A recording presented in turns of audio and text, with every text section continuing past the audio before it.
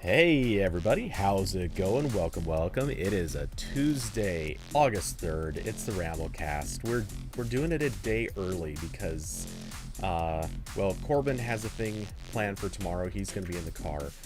I have a thing planned for Thursday, and once Corbin mentioned he wasn't going to be around, I started looking at what I had planned for Thursday. It's like, you know what? I kind of really should actually have like a day gap between doing a show and doing that. And also, it kind of just worked out that way because last night actually got cold outside. It was awesome. So I managed to cool down the house, which anyone who's been watching Discord knows this has been a real problem, like a real problem. I've been roasting to death in this house. Yeah, I have AC, but it's expensive. So I don't have it very low, but it did also cool down here like yesterday after being boiling for weeks. It's in the 70s right now. Oh my god, I'm jealous. Yeah. Yeah, I had my door open, but now it's raining, so the humidity inside would get worse. So I'm not winning, is what I'm saying. I can't win. Yeah, that makes sense.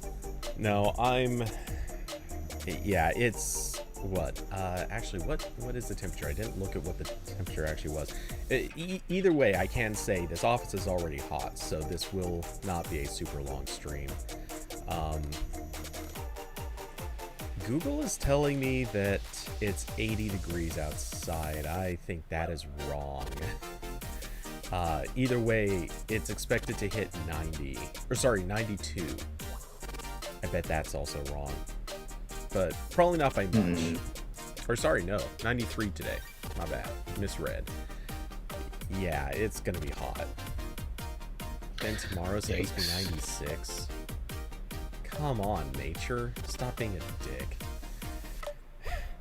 Anyway, I also just realized that my green screen, I did a good job of checking everything else, but hey, there we go. That's kind of fixed.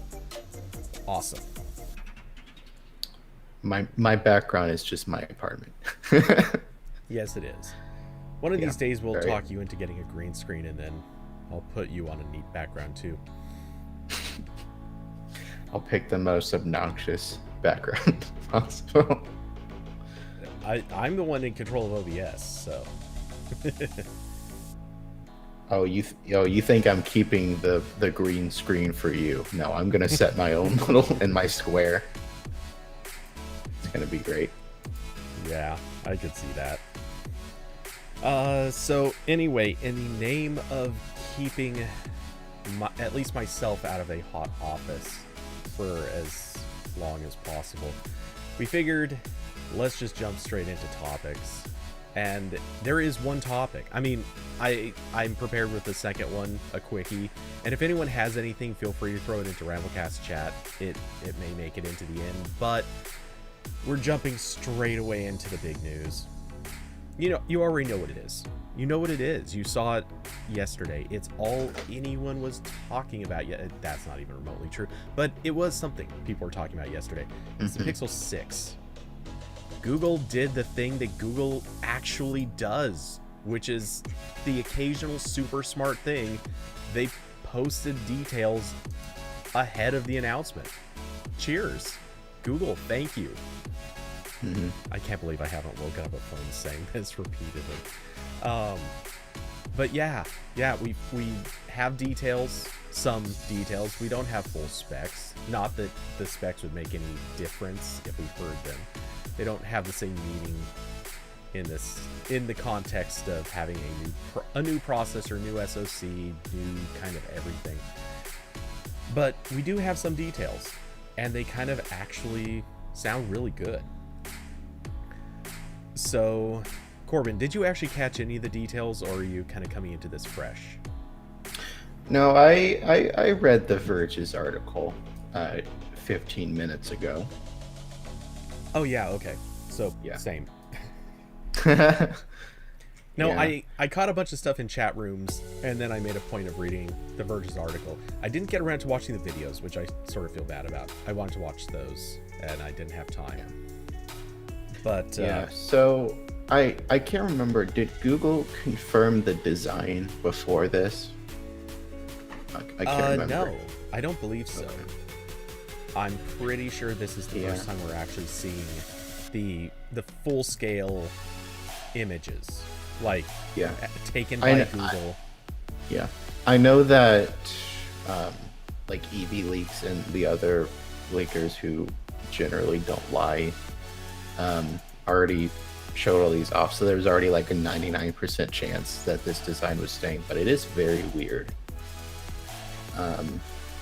Like it's so much like the Nexus 6P, except there's still that little sliver of normal phone above the camera bump. But I don't know. I don't like the phones with these huge camera mounds, and this one has one of the biggest. Yeah. So, But I mean, like, you know, most people are just gonna throw a case on this, so who cares? But well, man, there's so much to say in even just that. I mean, we've had this conversation in the Discord already. Like how well is the case going to fit over this? Is it going to make the phone super chonky? Is it going to fit well at all?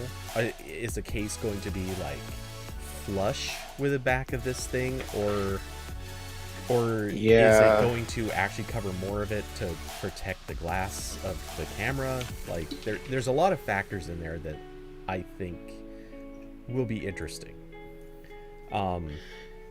yeah, I have to imagine most cases are either just gonna have like that part cut out, and you're just gonna have to suck it up with the exposed glass on the sides, or maybe someone will try to make it even.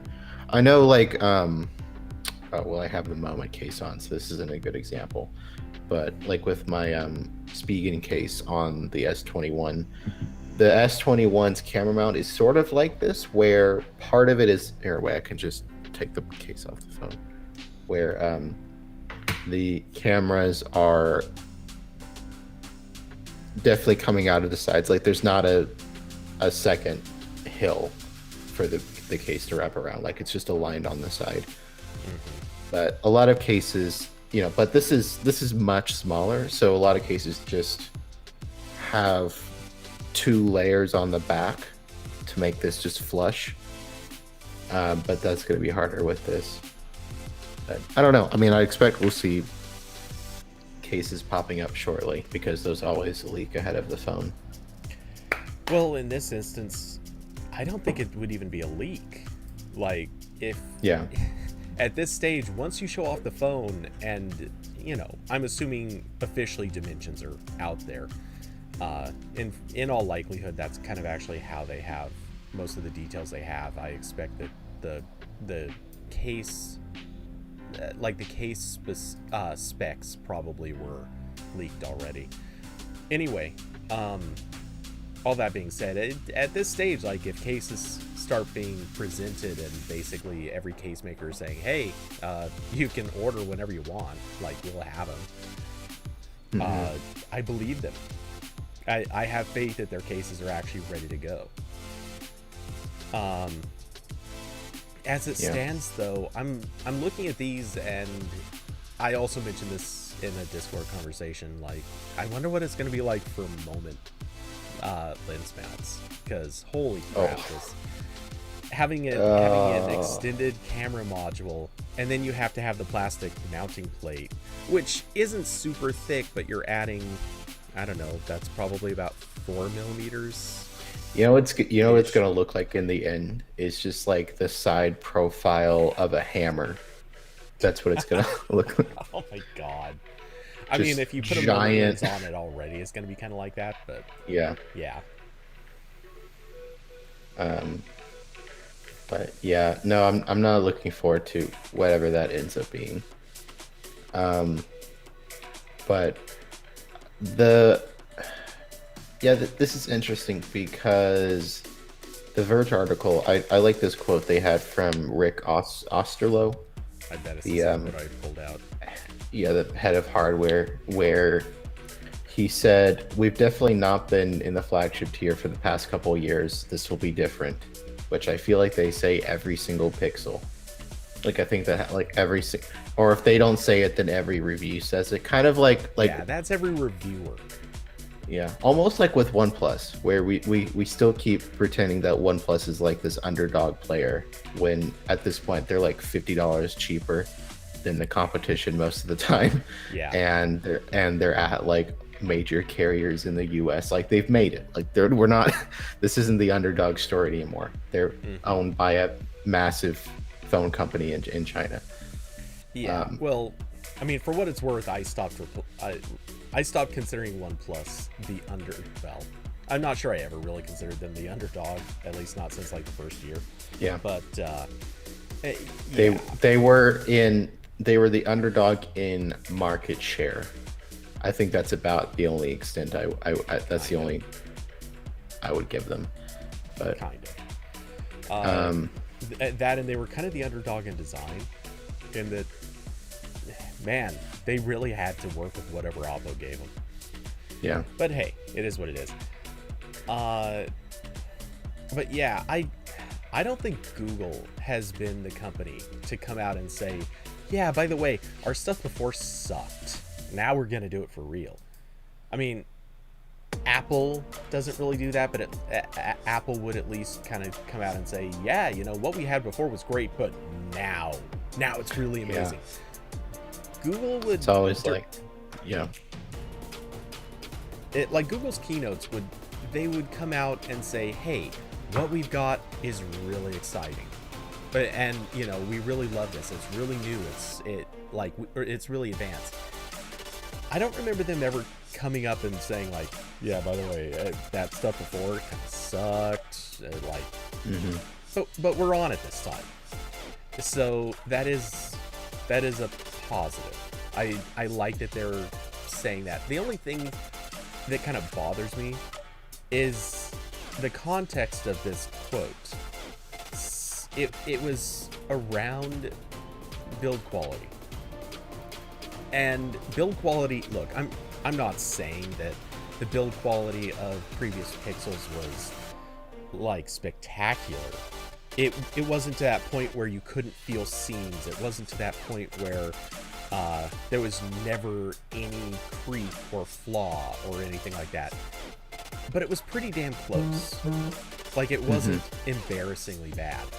And if what they're talking about in this instance is build quality, like, all right, good job, guys.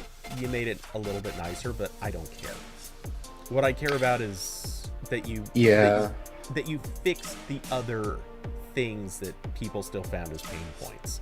And, you know, it's certainly implied and said in a few ways that that's what they addressed. Yeah, and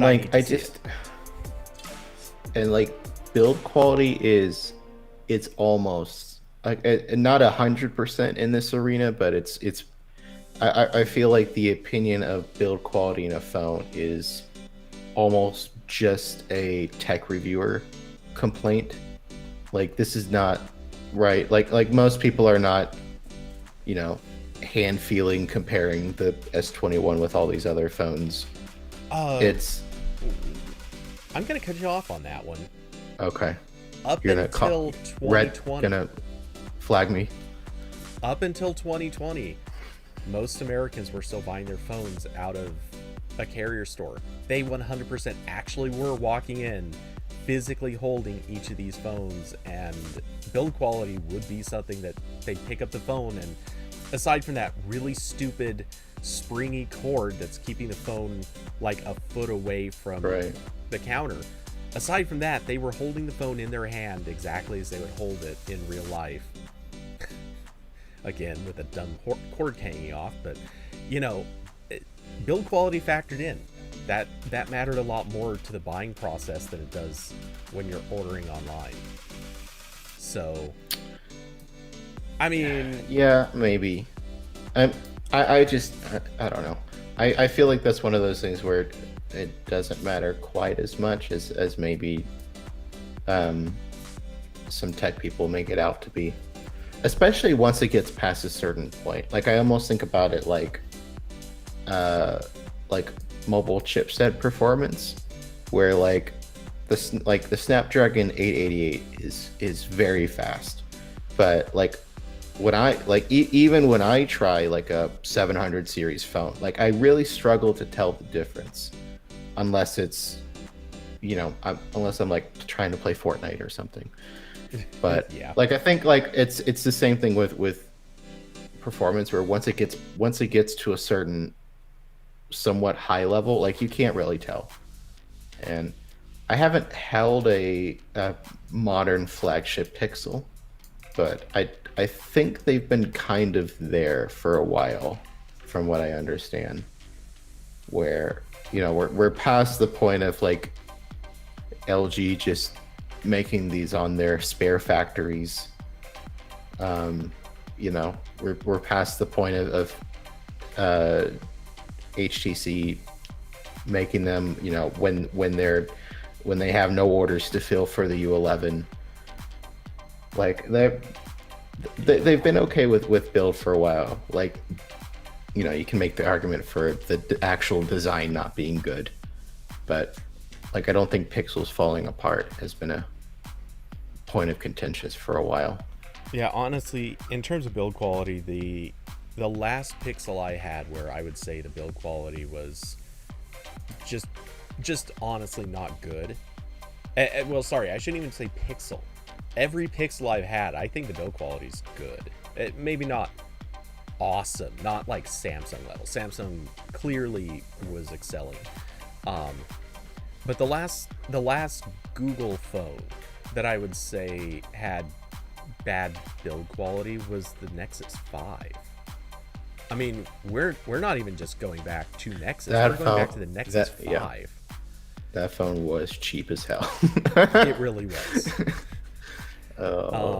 And I never held the 5X. I never held this. Well, I've held the 5X and the 6, but I had the 5. I had the 5 and the 5X. The 5X was okay.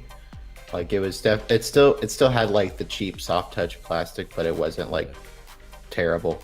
The 5 was absolutely like the cheapest built thing LG could possibly. Like I remember specks of dust getting stuck in that seam between the display and the frame all the time. It was great. Oh yeah. But Diablo said, which color do each of you prefer for the pixels? I don't know. I don't like how they're doing different colors on the top and bottom. I've never really liked that in phones. I need one consistent color. I am okay as far as that two-tone, or some people are calling it three-tone because of the black strip. I think those people need to be quiet because they obviously are just trying to be rebels. But I of the two-tone, I don't mind it. I just don't think it looks good in some of these cases. So my personal preference, I'm torn between either the black or gray. I'm not really sure which that technically is. And believe it or not, that I guess sand color that's like front and center in the background I've got right now, like that would probably be my other pick. I'm a little torn between the two. I'm not going white. I think white phones are ugly. Well, not ugly, but I know that they turn ugly once they get dirty, so I don't want anything to do with white. I don't like the other two that are in there either. The like salmon or red or whatever, and that one where it's like a off-color blue on the bottom and then a weird highlighter yellow on top. That is gross. Yeah, that's the one that they put the mismatching D brand skins on. That's what happened there. Yep. Made for D brand. Yeah. Um, yeah. Well, if I was buying this for just my normal use, which is I put it in a case and never look at the phone, I'd just buy the black because then I don't have to see like color seeping out from the case in weird places. And that's But usually my strategy too. yeah, but like if I was gonna go naked with this phone, probably that same yellow one, just because I like how the white looks, but you're right that it would probably get gross and dirty over time, and then the other two are just I don't I don't like those color combinations. I do feel like noting, and if I remember correctly, and anyone watching the stream, you'll kind of see me zooming in here. So the sand color, that should be one of the Pro models, and the white color, I believe, is one of the regular Pixel 6s. So if you look at them, you can still see that there's a lot of like, I don't know that I want to use the word gaps, but there's a lot of edges where crud is going to build up. It's worse on the Pixel 6 than it is on the Pro, I think. That, at least judging by this super zoomed in view. That's what I'm thinking. So, yeah, as far as it goes, that's even amplifying the fact that I don't want white. Because if crud is building up in all those little corners, oh my god, you'd have to clean it so much. It would look hideous. So yeah, that to me is a big no. I'm probably gonna go black or dark gray, whatever it is, just because, yeah, I don't want the color seepage, and that's been my strategy with so many cases in the past. I don't, I want dark colored phones because they don't show anything. They keep it all perfectly hidden. Which, okay. Yeah, I came really close to buying one of the fun colors when I got my S21 because I was buying it new from Samsung's website, so any of them are the same price. But I still went with the black one just because the I can't take the mismatching colors. Yeah, as far as I'm concerned, give me a case and let that be my style points. I want the case to look good. I don't need the phone to look good. There are no good transparent cases. Those don't exist. Never. Oh my god, those look so ugly.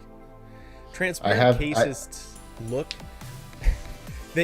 You've seen movies where they put like the plastic fake skin over people's faces and they don't do a very good job of it. That's what those transparent cases look like to me. It's here's your phone, but the ugly fakey version of it. So they're the bald cap of smartphone cases. Oh yeah, yes, that's exactly it. Great, that's a quote. Hang that on the wall. The bald cap of phone cases. I do have I have the transparent, official transparent case for my S21 because Samsung let me pick all the free ones when I did my order. So I was like, oh, sure, why not? Yeah, it's gross. But yeah, so I'm kind of iffy on the design, but there's like a 95% chance I'm not buying this phone, so whatever, that's fine. The people who like the design, they can like it. But so I guess the main other takeaway from this is Google finally talked about their custom chip. Okay, there's more, but yeah, we can hit the chip first. Really quick, I was gonna save this till the end, but Carson asked and may as well hit it. Unlike Corbin, I'm almost certainly getting a Pixel 6 Pro, specifically going Pro. Again, Carson, you asked. For me, it'll be either the black or the sand, probably the black, but it'll guaranteed I'm gonna go for the Pro.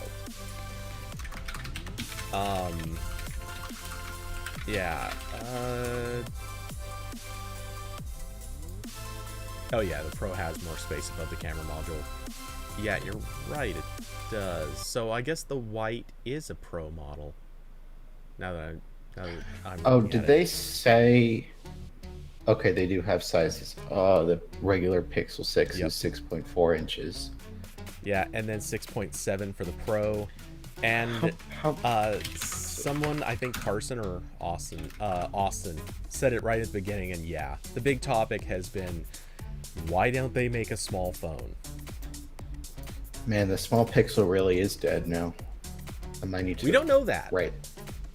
Well, First off, the it's, A series still has every possibility of bringing small pixel. but that's not a flagship small Pixel, Cody. I want my fast phone in the small frame.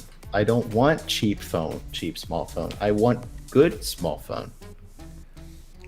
Strictly speaking, and I'm not saying that they're going to do this. I don't think they're going to do this, but we don't know that they aren't going to do a Pixel 6 Mini.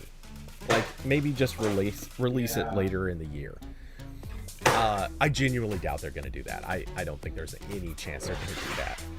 But So once again, I will advocate for my what might be one of my favorite phones of all time, which was the S10e, because it was the smallest Samsung phone, and it still had basically everything that the normal S10 had.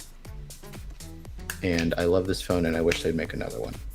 Also because I have the international one, so it's basically just a brick now. yeah, pretty much. Actually, I might write that editorial. Rip the small Pixel phones. Oh, be prepared to join everybody else who is writing that editorial. Because I know I'm we sure. have one in the works. I can even tell you who's writing it. I will tell you it's someone you won't mind writing it. But anyway, Austin says small phone people are wrong. No, you're wrong. Shut up. No, look. I don't mean like small as in like palm phone sized. I need something bigger than that, but I also don't want like an actual brick. There's a good inch of in between there that we can make a phone for. And you can still have your big phone, right? The market has clearly spoken that most people want the bigger phones. You can have your bigger phone. I just also want my smaller phone. And I think we can both exist in the same world. There's enough room for both of us.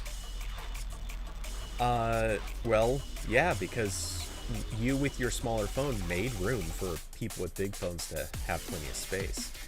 But yeah, no, Yeah. Good one, Cody. Here's the thing. I totally and completely agree. There are people who want small phones. I easily understand that.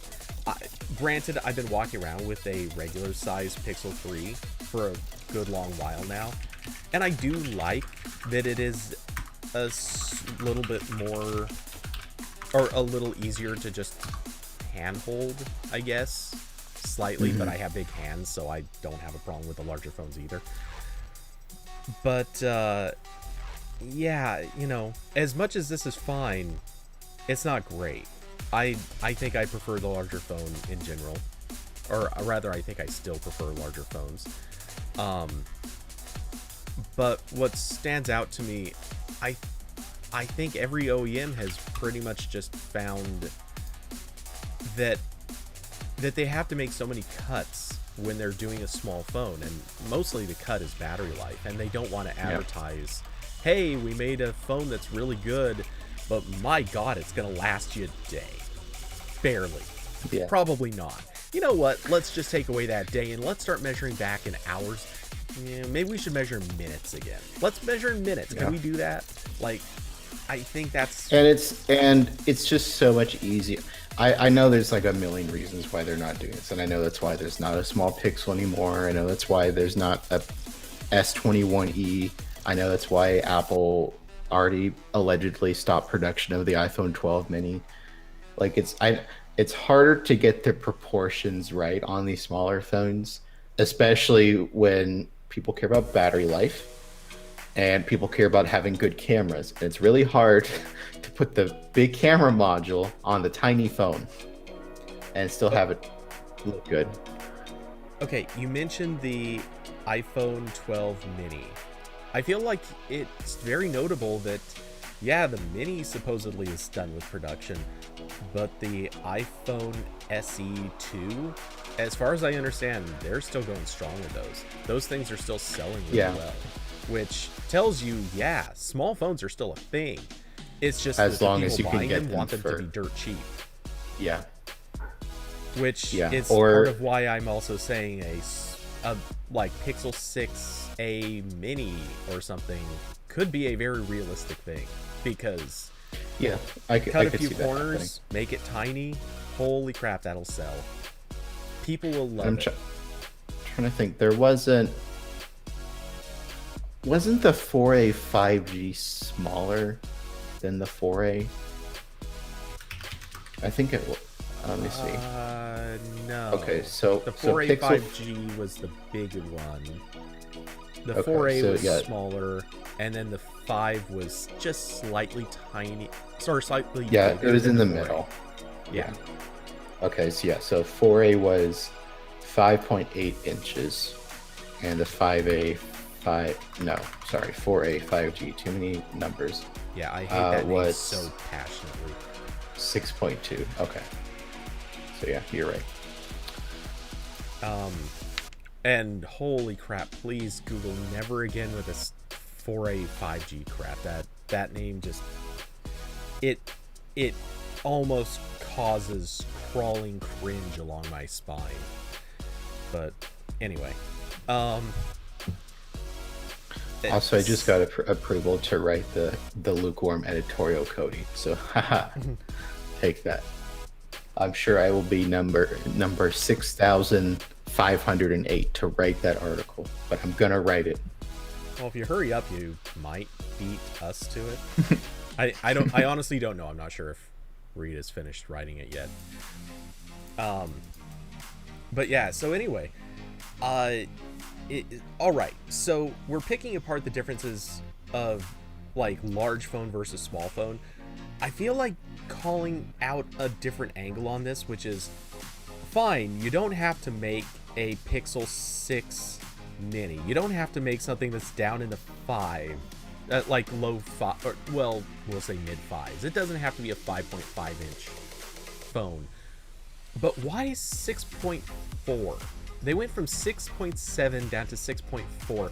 Like, I feel like, sure, you didn't have to make a tiny phone, but you could have crept down to like a 6.1, 6.2 territory. Give it enough of a difference that it feels like it's different.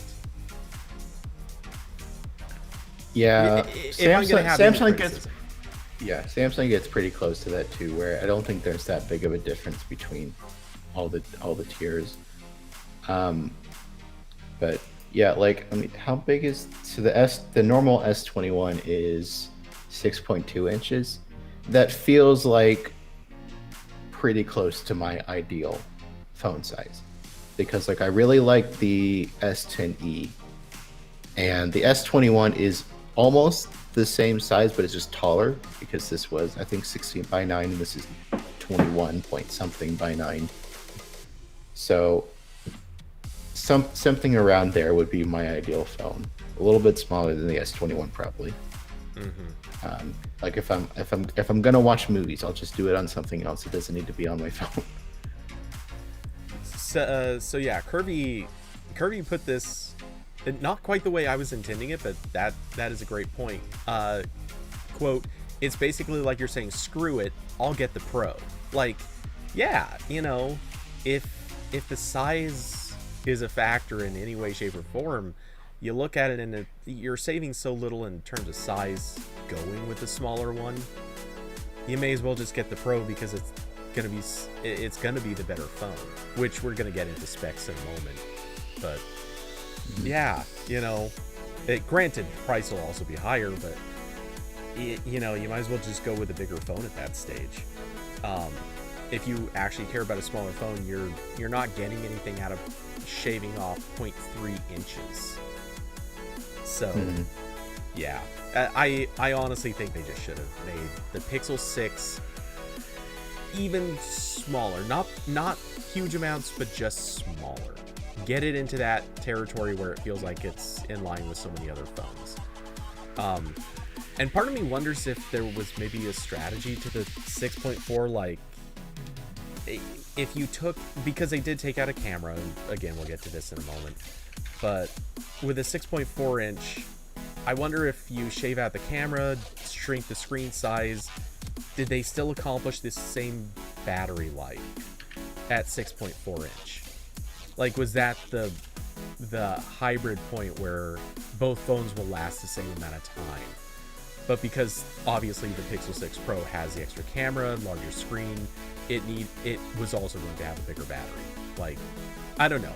It's just a hypothetical theory, but I don't know. That might explain these sizes.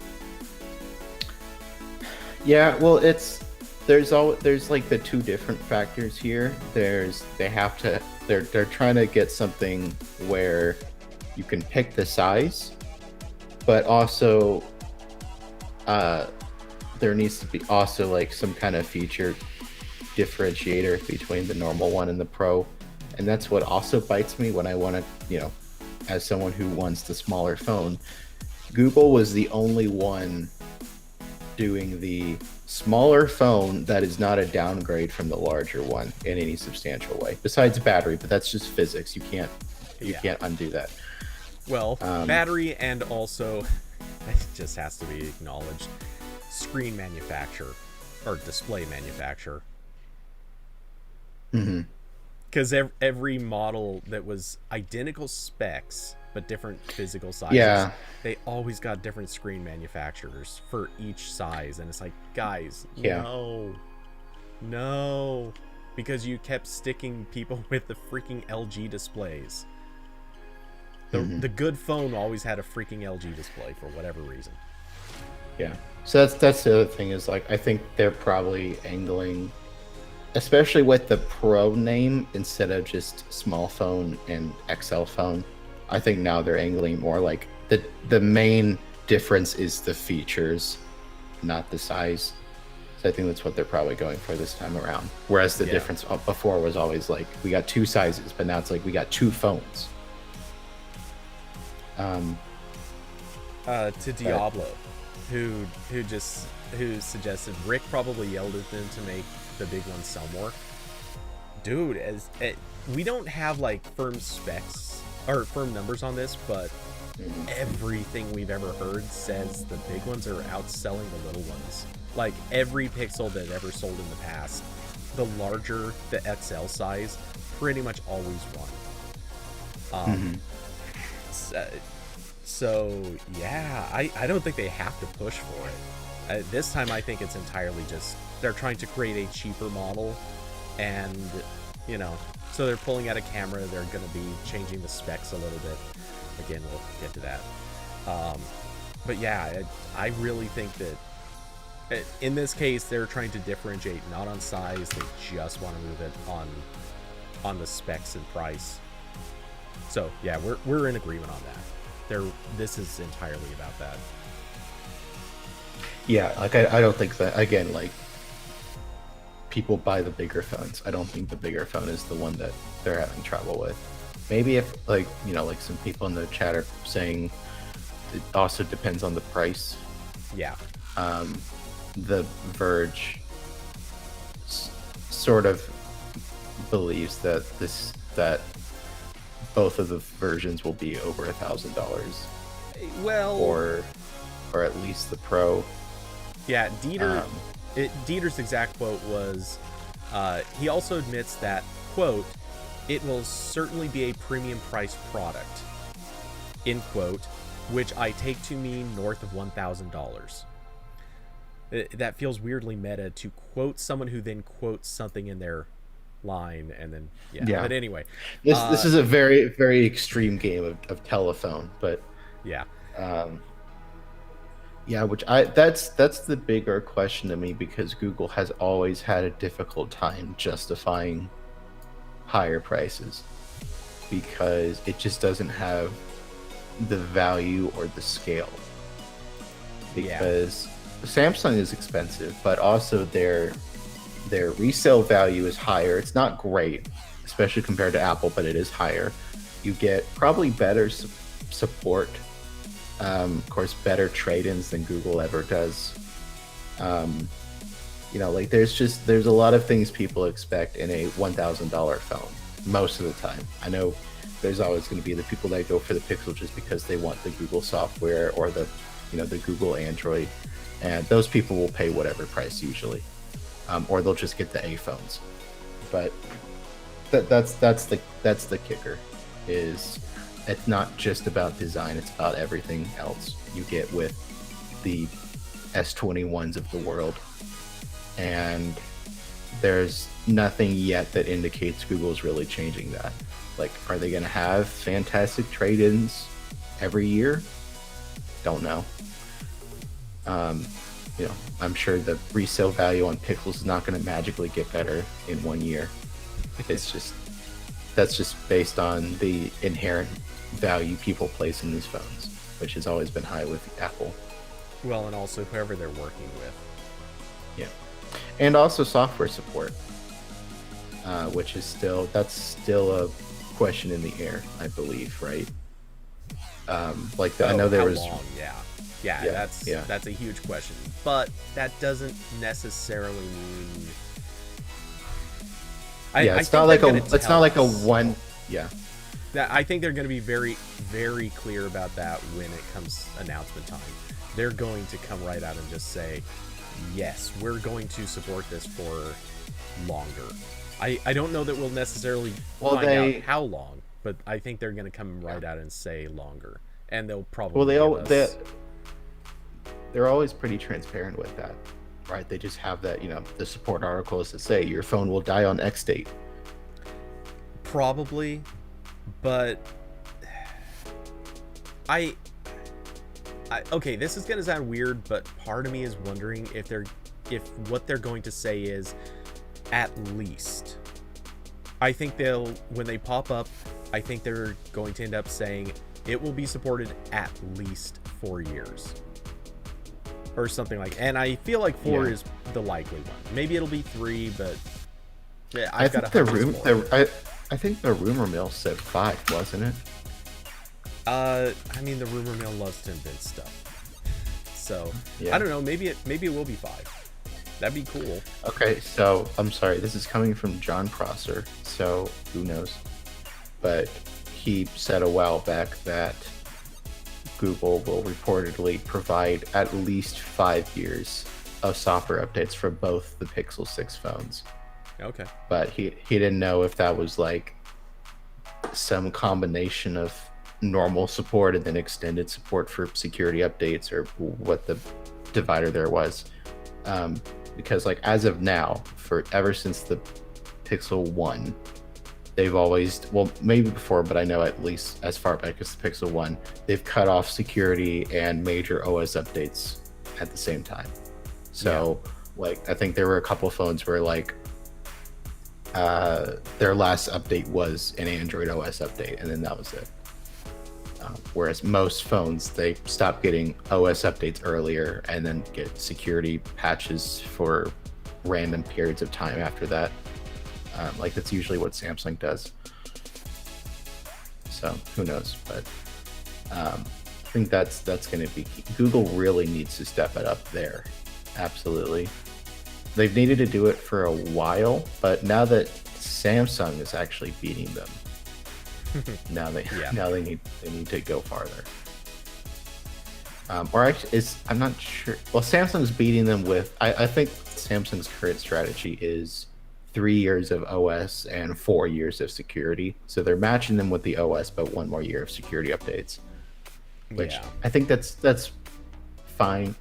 I always wish these things were longer, but I understand like at a certain point you're just making security patches for like the 15 people left with these phones. Yeah. Well, we'll see how long this lasts. As long as it doesn't have any classic dying, like early death issues like the 5X did, you know, then hey, maybe there's some hope. Mm-hmm. But regardless, I think they're going to be really, really vague about the at least.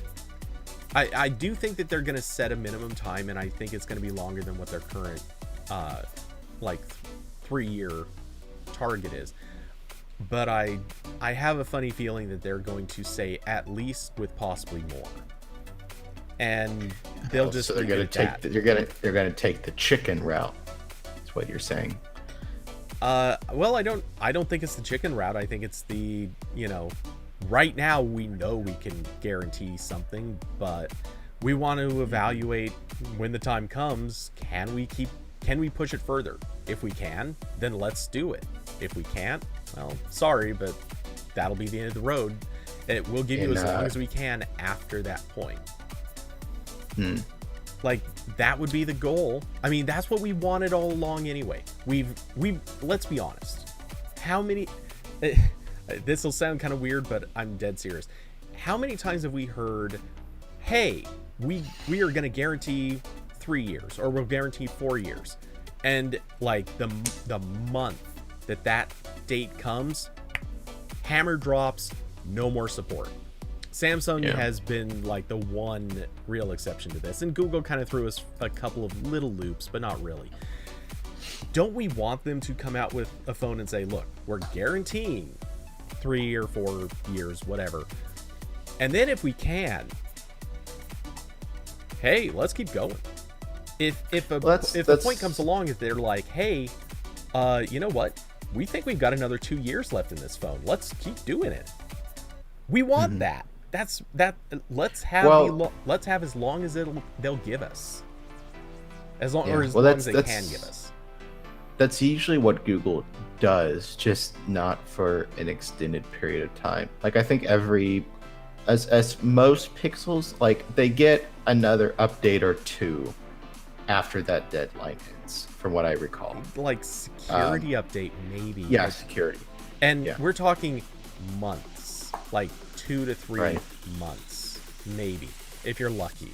They're not getting like a major OS update. I'm talking like, you know, we're 5 years out, and if let's just pretend for a second that the Pixel 6s can still run at a decent performance level on, let's see, that'll be what, Android 17?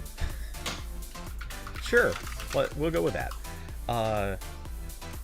Yeah, if they can still run Android 17 with decent performance, and Google's like, all right, let's do it. Let's keep shipping this.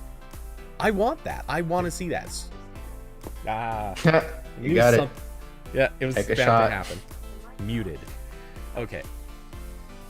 Yeah, and you know, and the longer I talk about this, the more in the back of my brain is like, why are we discussing this? It should just be infinite updates like computers have been for the past decade. Kinda. But you know, we're in this stupid world where Android is the way it is. Well, everything's this way, but hell, even Windows is now this way. Yeah, but it's a little bit. Yeah, it's just the difference between like we're inventing hard cutoffs, whereas you know they should just be reliant on, is your hardware still working? Then you can run something. And I've always hated that aspect of Android, and I don't know if that's going to change with the future or not. If that ever replaces Android, who knows? We still don't know the answer to that question. Yeah. But that's why, you know, I'm always hesitant to recommend Chromebooks at all, even to people who, you know, would just need a basic computer. It's like I don't like recommending a computer that has its death date on the box. Yeah. Like I just don't like that. It may as well be a literal digital fuse. Like, hey, cool, here's the date. You can technically use it beyond this date, but you should not. Every month you use it past this date, you're pretty much just adding to the potential of bad things happening. And stuff literally stops working really quick with those, so it's bad times. Especially with Chromebooks, man. Like you can't even put a different OS on Chromebooks most of the time. Like I know there's like some Linux distros, but like those are a pain in the half to get on there. I don't even know what the support is like for those anymore. People are now even putting a different OS on M1 Max. Those are even more flexible than a Chromebook. That was shocking to me. Like apparently Apple didn't document how any of this works, but they didn't like outright lock it down. Right. So like as people are figuring out, it's possible to put another OS on there, which I didn't think would be the case at all, because like the M1 is just, or the whole software stack for that is just an evolution of what they've been doing on iOS, which of course is notoriously locked down in every way possible. Well, plus, I don't remember who. I'm not sure I ever paid attention to who said it, but somebody back when the M1 Max first started shipping, somebody looked at something and said, like, oh my god, the sky is falling, you cannot replace the OS because there's this security feature in place and there's that security feature and you just can't do it. And they were just wrong. Like, I'm not sure I want to throw shade, but the problem isn't. The problem is that the way they reported it was basically saying, yeah, the sky, it fell. Like it's here. We can stand on the ground and we can touch the sky. Like it's bad times. And yeah, that's not what it was. You found security features. They're there. They are relevant, but they're not stopping this from happening. You misreported this, and everyone latched on. So, yeah. Well, and there's also the factor. Like this comes up a lot where something seems purposely locked down when in fact it's just not supported. Yes. Right. Like this is and that's the difference between something like Pixel phones, where there's a very clear way of unlocking them. But like I know like the M1 Max were a great example of this, where it's just like we don't really know yet. Like there's a lot of steps involved just to boot something that isn't what it was made for, so it's unclear. But yeah.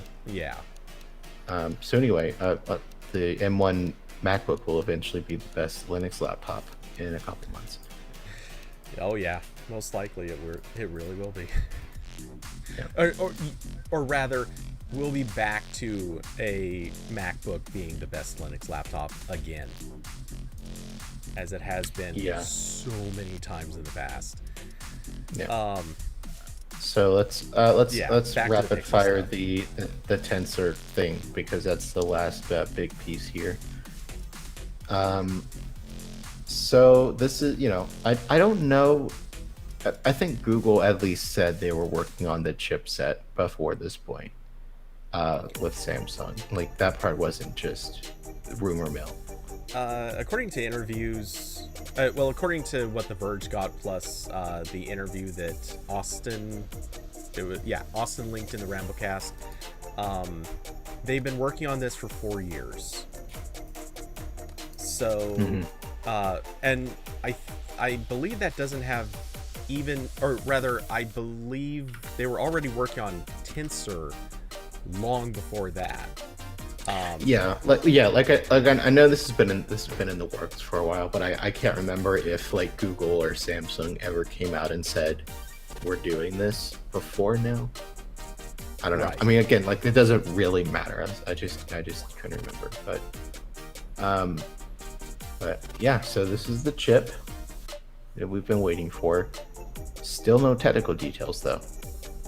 Verge doesn't know how fast it is. Not even Google didn't even confirm who was designing the CPU or the GPU, which presumably Samsung, but again, no official word yet.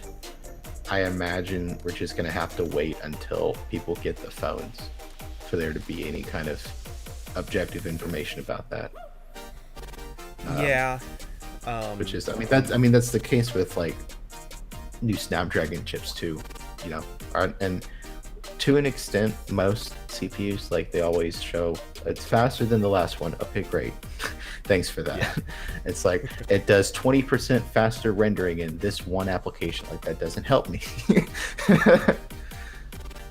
But, Yeah. uh, So I gotta admit, I'm among the people who I don't know that I necessarily care who designed it. I think it makes for a good story, but at the end of the day, my question is always going to come back to, how does this change performance for us? Is it going to give way better battery life? Is it killer performance? Is it some sort of new feature or capability that we didn't have before? well, my big question ever since this news came out was, is it going to be a downgrade? Because I think that's the big concern when they're switching away from the market leader, which is Qualcomm, unfortunately. Is the thing they're building going to be worse? Because that's also what Samsung has been putting up with for years, where they've had their own Exynos chips, but at least a lot of tech people, not necessarily people in real life who just need Twitter and Facebook to work, go out of their way to try to find the Snapdragon versions, because it always performs worse in like one or two metrics, whether it's like poor battery life, or, you know, maybe like the modem Samsung made isn't as good, so it doesn't have as good of a cell signal, or, you know, I know, like, I think the current Exynos are usually a little bit worse in games than what Qualcomm has. But there's always like one or two things different from Snapdragon where people just try to buy the Snapdragon one instead. And because Samsung has a hand in this, and because Google is going to be having the same uphill battle, that's been my concern throughout this whole thing. Is like the big issue with Pixels, like, it's always, at least with a lot of the Pixel generations, the issue has always been like, is this as high end as what Samsung is doing, what other companies were doing? Because usually with Pixels, it's like, okay, maybe we have the same chipset, but it always like doesn't have enough RAM, or Google went with cheapo storage, so it's slower in file operations. So that's been my concern, is like, I feel like this is going to be a downgrade in some way from what Qualcomm has been doing, but I don't know in what way. I would even raise the possibility of side grade. So yeah, basically, and that's been an issue with Google too over the years. Yeah, but I mean, we all know. I mean, we all know they're diving in as hard as they can on AI. They obviously have hyped up again. The Pixel Nora Core has been mentioned with this. There's talk about all the AI features that are going to be used on this chip.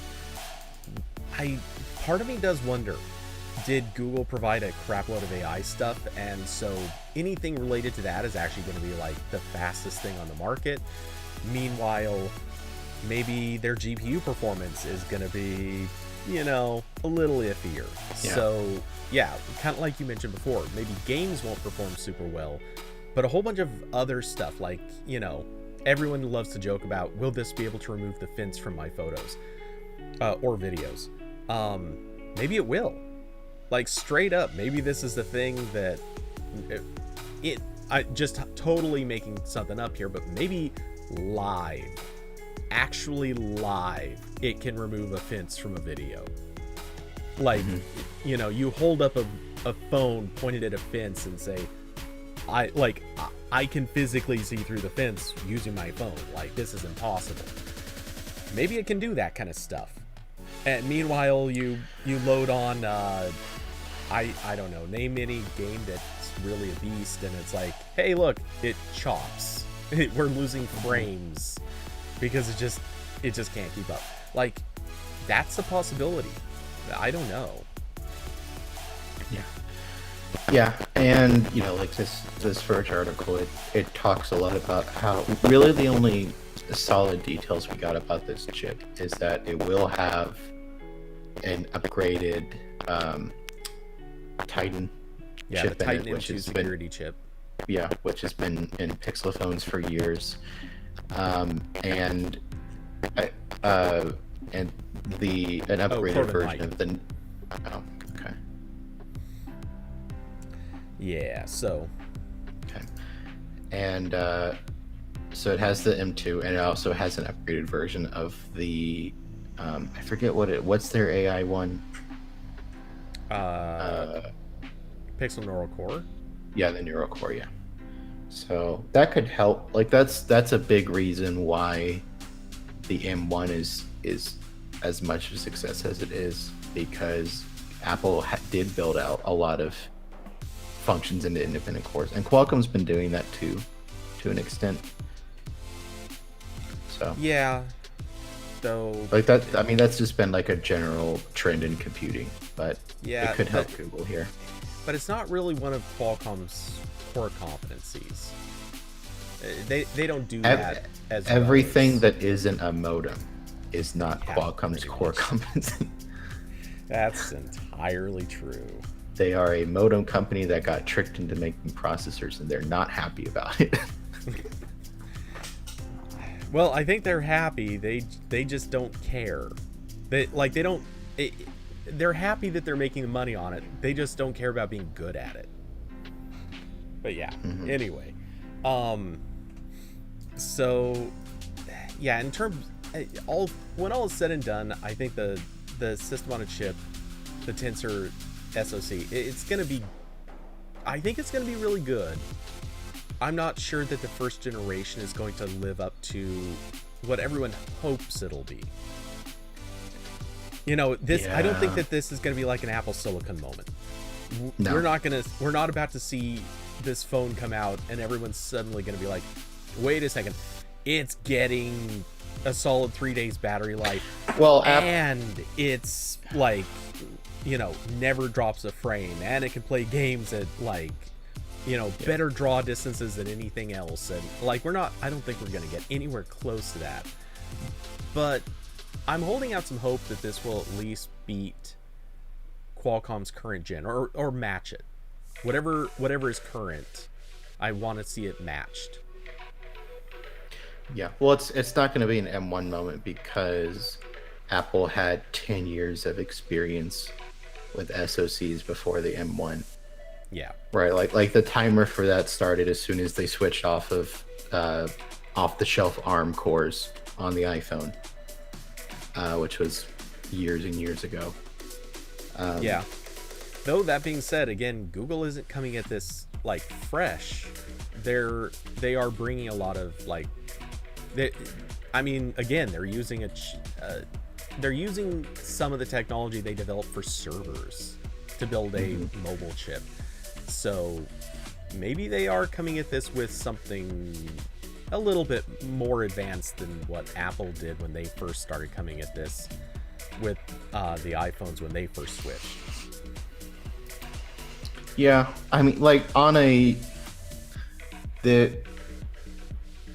difficulty for them is appeasing the tech fans and the normal people. I think they can appease the normal people very easily, like, because again, like, basically all of Qualcomm's like 8 series, 7 series, even, you know, going down to the 6 series a little bit, like I've tried a lot of phones in those range, like they're all fine. Like they all, you know, open Twitter in under a second. Web browsing's pretty good on all of them. They can all handle YouTube and Netflix and all these other things people use phones for. So I think I think if it's something that they're putting in a phone that's going to cost $1,000, Google wouldn't do that unless it could handle that level of performance, like the 700, you know, 800 from a couple years ago performance, like, and that level is like good enough for basically everything. But it's just the extra challenge of appeasing the tech people who are going to be directly comparing this with Qualcomm phones from this year and the earlier Pixels, and they'll point out, is this a side grade or a downgrade in those areas? And that's the part that I'm less sure about. Obviously, Google is gonna, I don't think they would release this if it wasn't at least as good as like, you know, their cheaper phones. But that's the question for me is like, where's the downgrade? Where's the compromise? Because, Google has a lot of money and a lot of resources, but they don't have that years and years and years of internal SoC development. Like, again, like even Samsung's been doing this for forever, and people still go out of their way to buy the Qualcomm versions of their phones. The counter to that is, we know that this was at least partially co-developed between Google and Samsung. At least that's what we've been hearing for a long time. There is some possibility that what Google brings from developing Tensor and what Samsung brings from developing Exynos, maybe those two together happen to, it's kind of like the you got your chocolate in my peanut butter moment. Like, maybe this is the, you brought the thing over that we really didn't have right, and we had the thing that you don't really have. So you throw these two together and magic. I mean, you never know. Or we will definitely know. It just won't be for probably 2 months. Yeah. Maybe 3, something like that. But yeah, I mean, like, I hope Google can do this, and I hope Samsung can get better, because I hate Qualcomm. Like, they have the Android ecosystem, and for the most part, minus Apple, the future of ARM as a platform in a chokehold, because they're NVIDIA now has that. Well, yeah, but they're like, they own the patents, and they own, right? I know like ARM itself does a lot of the legwork in making the reference cores and stuff, but no. I just hate Qualcomm. I want them to go away. They're just they're almost as bad. I don't know if I hate Qualcomm or Intel more. Oh man. Okay.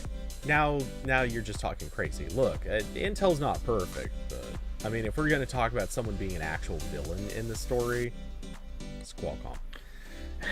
Yeah. I guess my frustration is more like, usually with Intel, there's an alternative.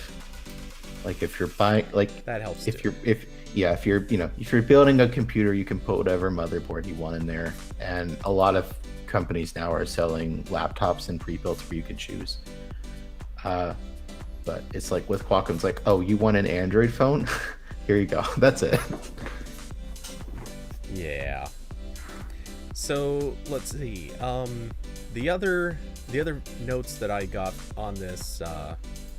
First off, they did acknowledge that there would be some spec differences between the two, the Pro and the regular 6. I'm just guessing, but I pretty much assume that just means more RAM in the Pro. That's it. I bet it's just more RAM in the Pro. There's also a difference in the number of cameras. They both are going to have, quote unquote, a new wide-angle main sensor that brings in 150% more light. They're both going to have an ultra-wide, and only the Pro is going to have a 4x optical zoom telephoto lens.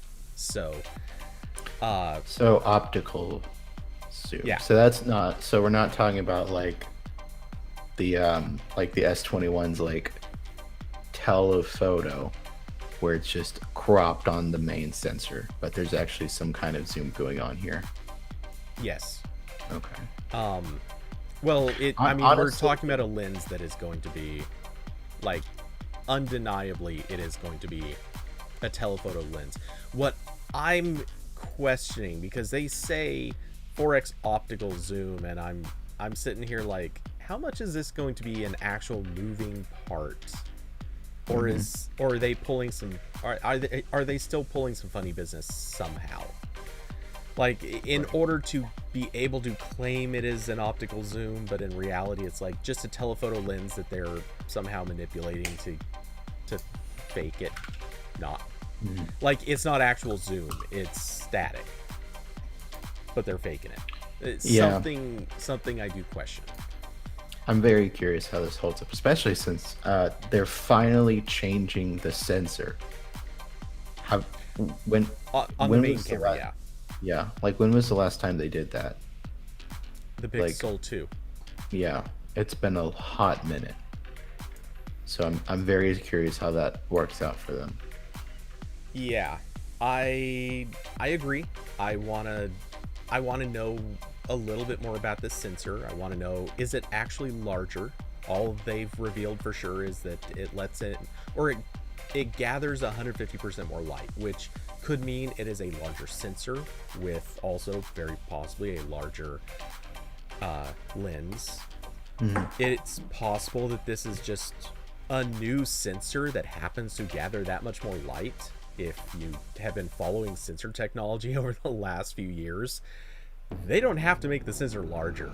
They could literally just be using a newer sensor that is better at light gathering, because that's been a technology that we've had in the last 4 years. Yeah. So yeah, I don't know. I would love to. I'm sure they're going to talk so much about this. I bet the announcement is going to be so much about this sensor. It's going to be about the sensor and the tensor chip. That's going to be their big hype points.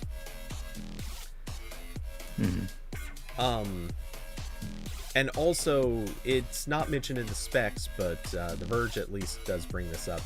HDR video. And so that's got me interested too. Because HDR video is something that it's not new. I mean, Apple just did it with the 12. Right. But I don't know. I'm not sure if anyone on Android has done this before. Has Samsung done this, actually? I think like I don't think it's just Samsung either. Okay, so HDR, wait. This is talking about it looks like, I think they've done it. I'm finding YouTube videos that are discussing the S21 having 4K HDR. Even the looks like the S10 even. So yeah, this isn't okay. To be fair, the definition of HDR video is also a little more. Yeah, it's like saying like it's like when phone companies say full HD. Okay, but what do you really mean there? Because that can mean like 15 different sets of numbers. Yeah, exactly. HDR is even if you look at different TVs, TVs have different HDR ratings basically, and one of the HDR ratings, I think they call it like HDR 4. Maybe it's HDR 20. I don't know why, but 4 or 20, one of those two numbers is right, and I've got them both stuck in my head. Anyway, whichever one it is, that classification basically means it doesn't actually support the light requirements for HDR. It like the screen physically can't get bright enough to accomplish the full range, and they created it purely because a bunch of manufacturers basically said, we want to be able to claim our screens are HDR even though they're cheap pieces of garbage. That's why they made it, just so they could claim HDR.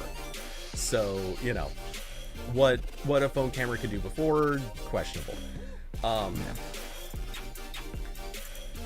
But yeah, anyway, so to that extent, my question becomes, how good is this gonna be? Certainly.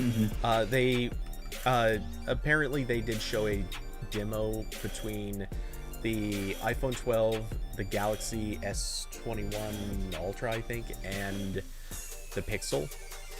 the Pixel 6, and apparently the HDR video on the Pixel 6 looked better than both of them. That's what The Verge says, which makes sense. You don't show a demo where your thing is not the best, but Right. yeah, I definitely want to see this, because HDR video is one of those things, honestly, when you're talking about filming with the phone, it makes such a world of difference. It gives you the ability to shoot in, like, to walk from dark to light and possibly, kind of have recoverable image quality.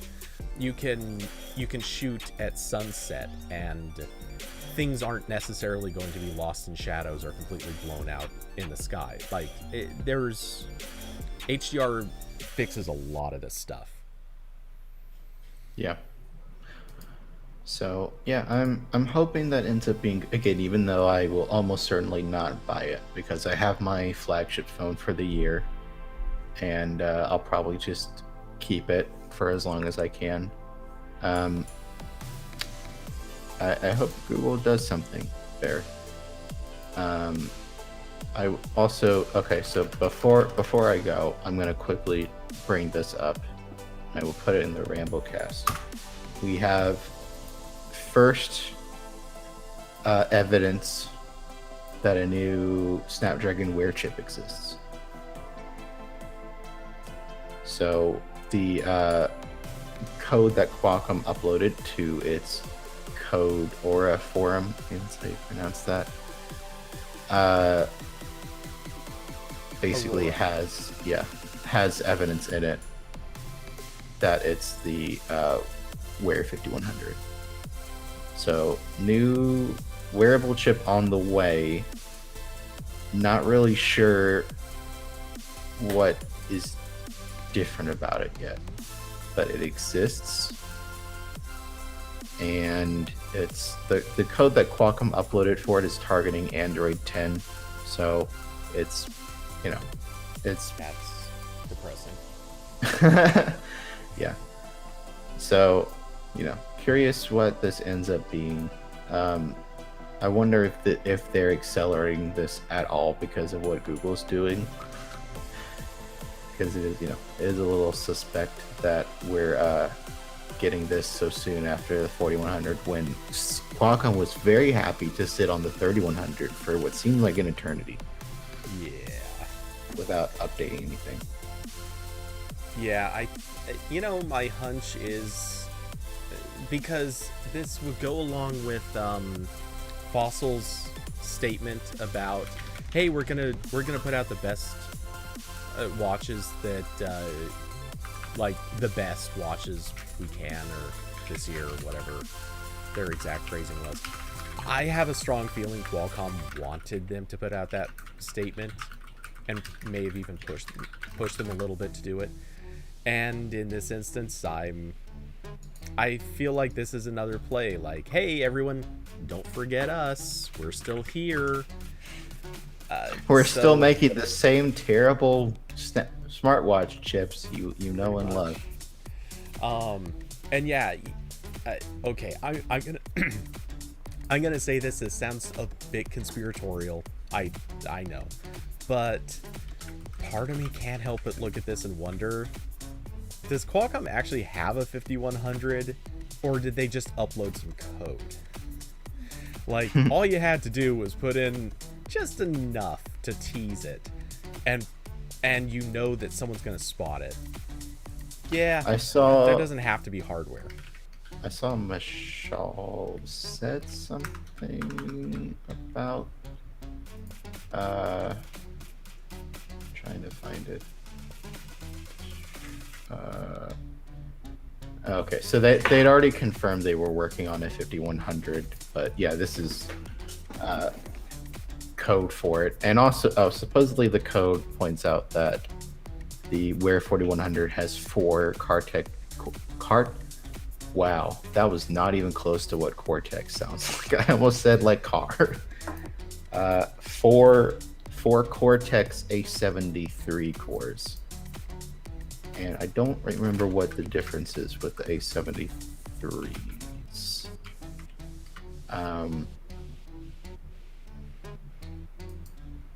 Okay, those aren't new or anything. Those are from Yeah, 2016. I Okay. didn't think I so. yeah, I couldn't remember if these are the new cores that like dropped like 32-bit support and all that other stuff, but no. So anyway, so new smartwatch stuff coming maybe. We still have like nothing on the 4100. I kept waiting Yeah. for someone to make a good 4100 watch, and it was just that one TicWatch 3 that's massive, and I had to give back to AP, so I don't have that anymore. I But wonder if I wonder if the 4100's just never really going to happen.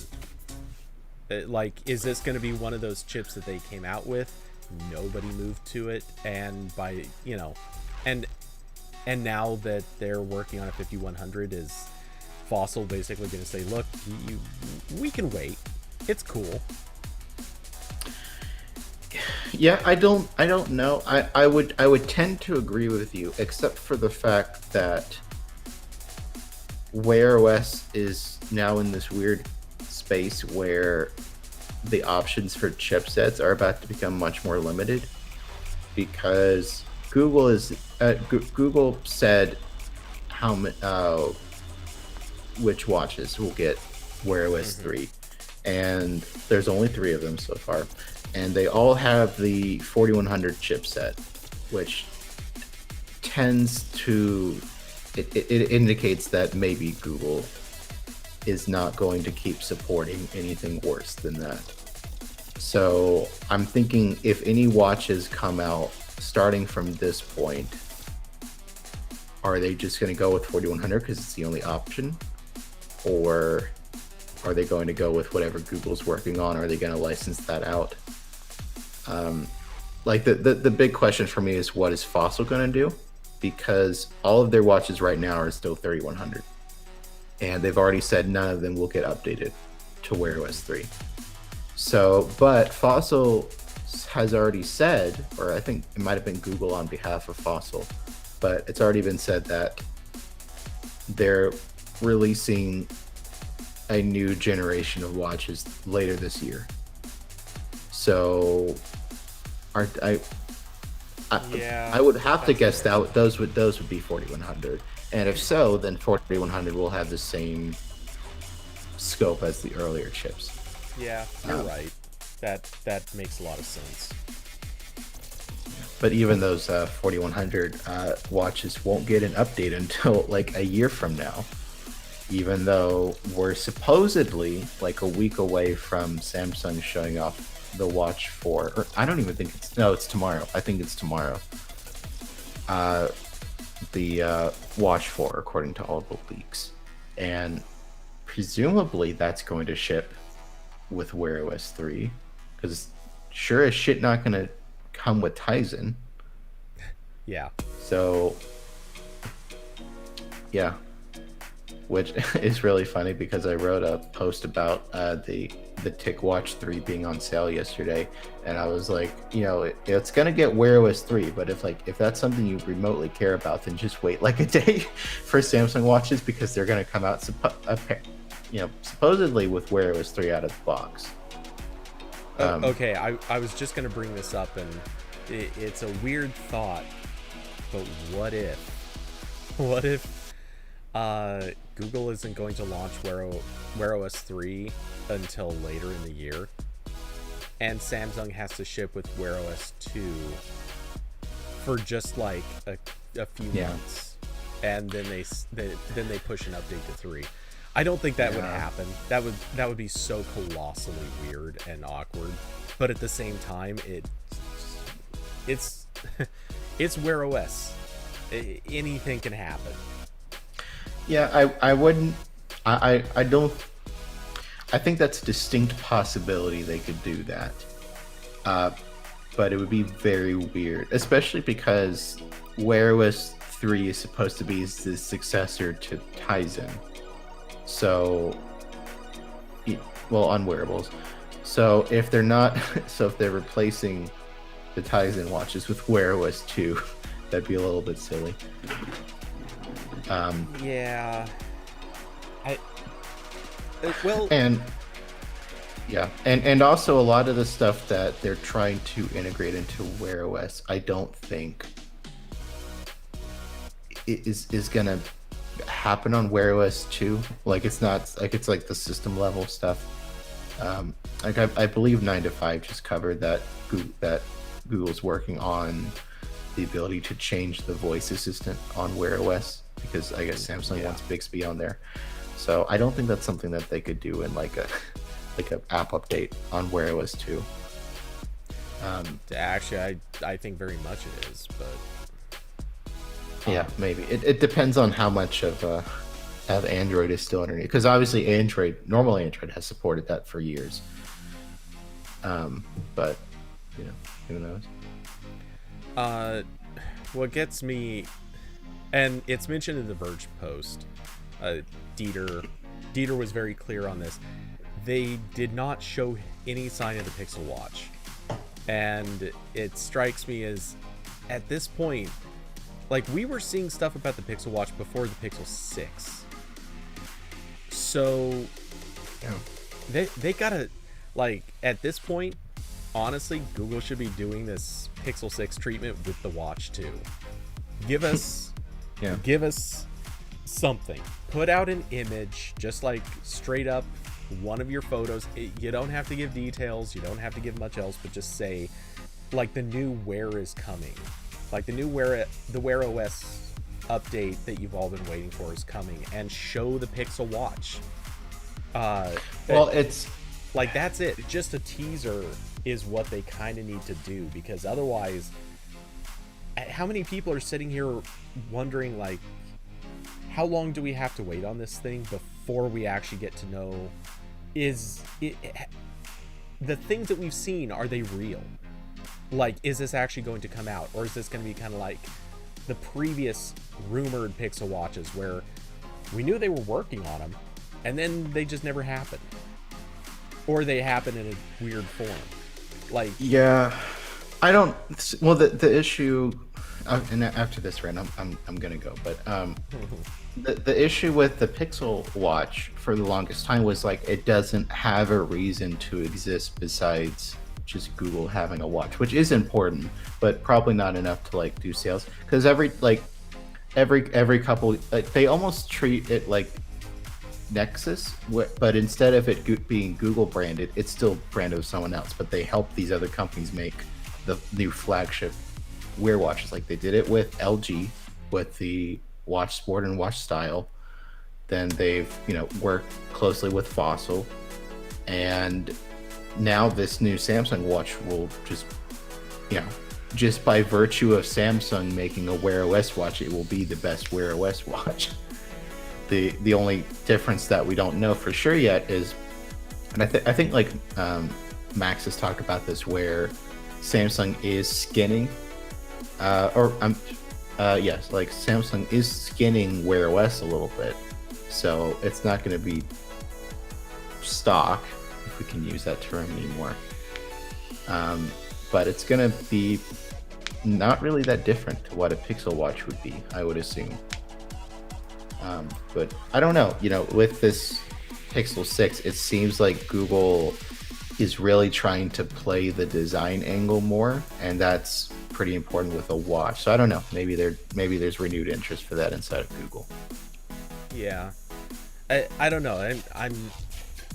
I get what you're saying, but what I'm getting stuck on is I think at this stage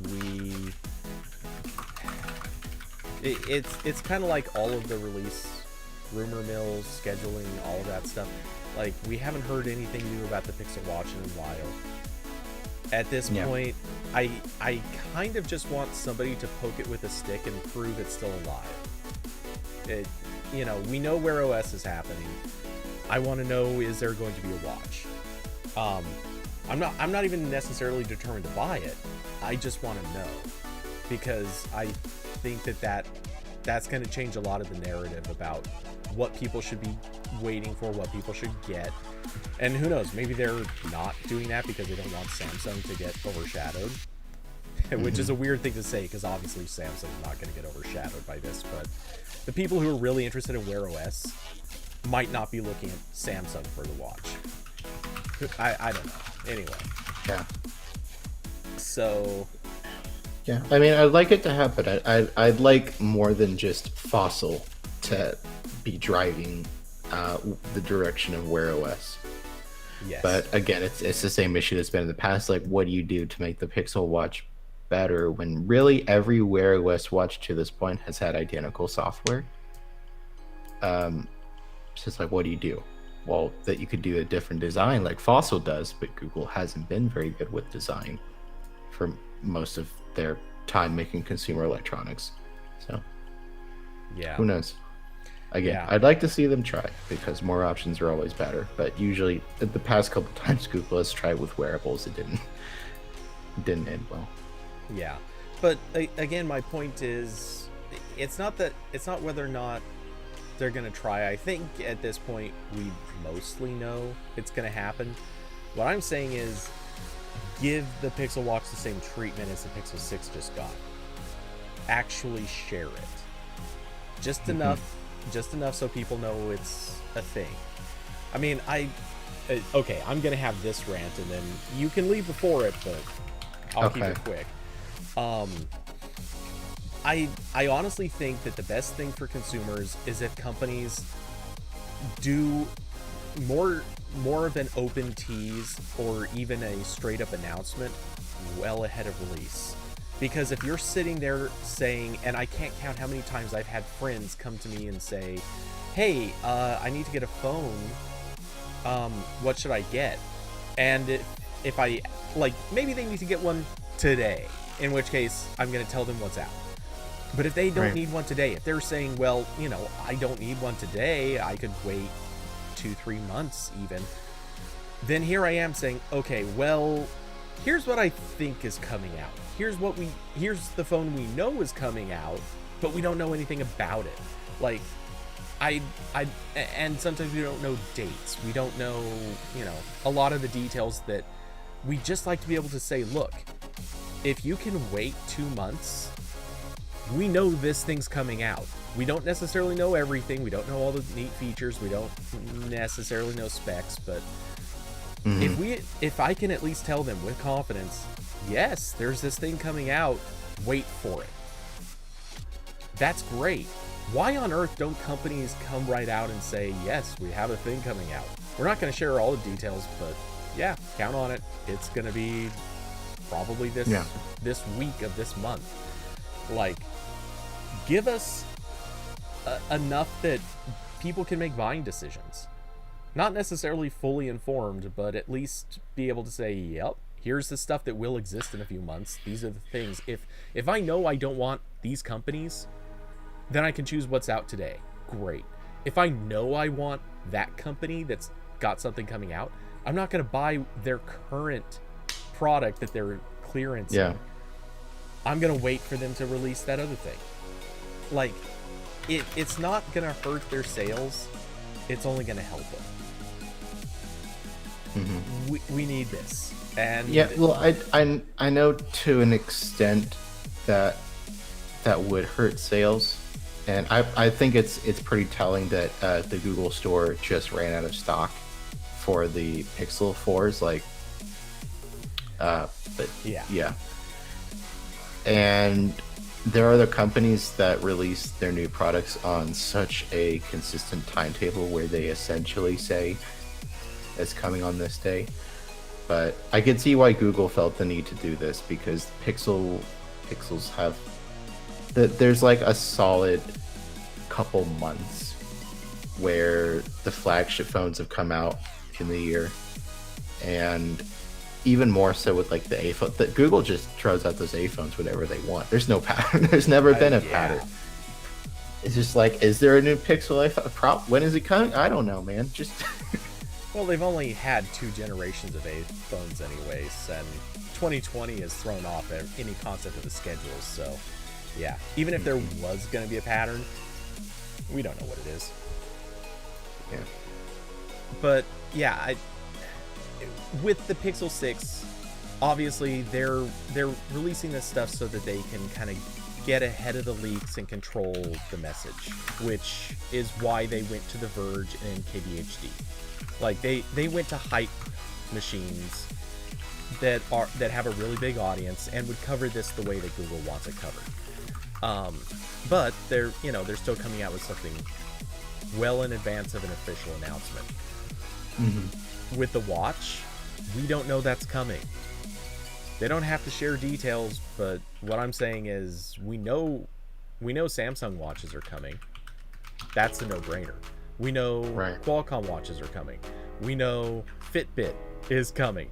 We know Austin mentioned the Facebook watch, and okay. Yeah, we know these things exist. We know they're coming. Google could give us confirmation that there's a Pixel watch. It should not wait until the Pixel 6 announcement, which is what I think everyone expects. So, tell people it exists and that it's coming, because that will help Google. It will not hurt Google in any way. Damn it.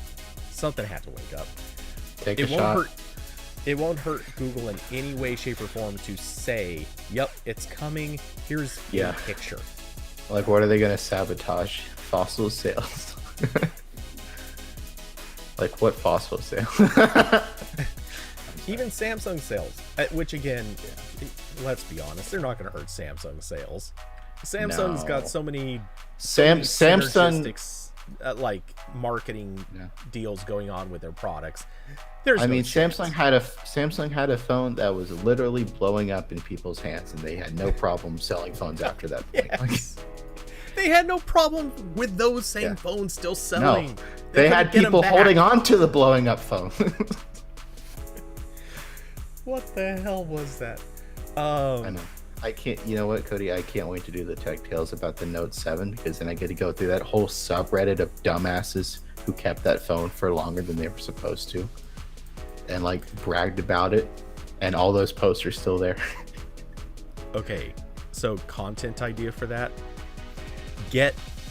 I don't know who you're going to have do this with you, and I'll certainly volunteer, but you should just get all of us on your Discord server. Get all of us on the line just for like 5 minutes, so we can do nothing but laugh. Literally just a string of all of us laughing our asses off about how stupid this is. That's it. Right. Oh, dear God. And on that note, I'm gonna go order food. Yep, figured. Okay. All right, man. Right. Well, goodbye, everyone. Take it easy. Forever. I'm quitting YouTube. Again. Again. Like the third All right, time. man. Well, take it easy, and I will talk to you on Discord later.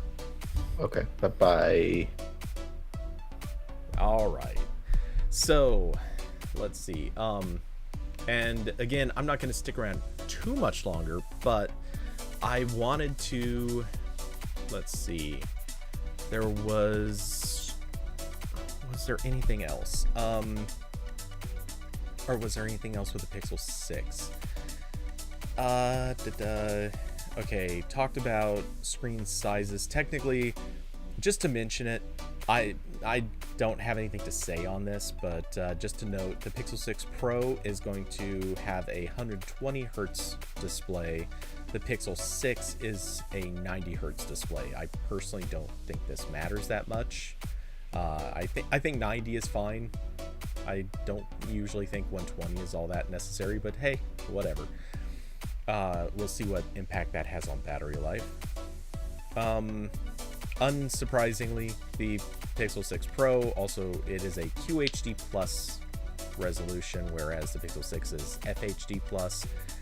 Yeah, again, not super interesting. They're both extremely high pixel densities. We don't care. Let's see. Already discussed cameras. I'm very curious how they're gonna do with replacing the main sensor on just the main sensor. I'm wondering like what type of situation they've got going on with the other two cameras. Are they going to be I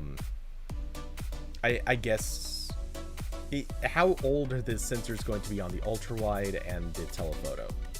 I'm assuming that they will also be moderately new, but will they be new, or is it going to be like the same sensors that they used in the 4 and the 5? I don't know. It just thoughts. They're I think questions I'd like to have answered, but I don't think are going to be all that critical. Carson, we sure a high pixel density on the regular Pixel 6. Notably, it says FHD plus, so I don't know. I'm assuming the plus is just because of the aspect ratio, but I don't know. Maybe it will be a little on the low side.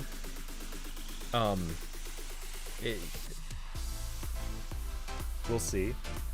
That would kind of suck if they're putting out a phone that's not sufficiently high density. That being said, FHD plus, or well, FHD in general.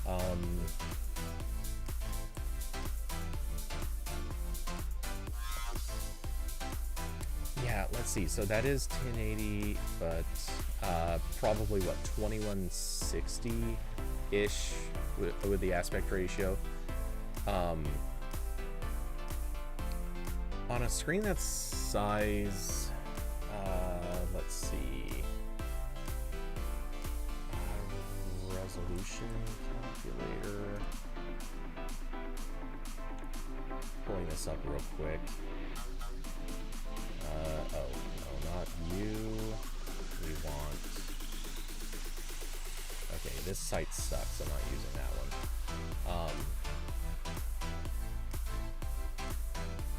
That one sucks too. Damn it. There was a really great pixel calculator. Is this one it? That's not it either. Well, this one might work though. Let's see. Get on the right screen capture here. Okay, there was...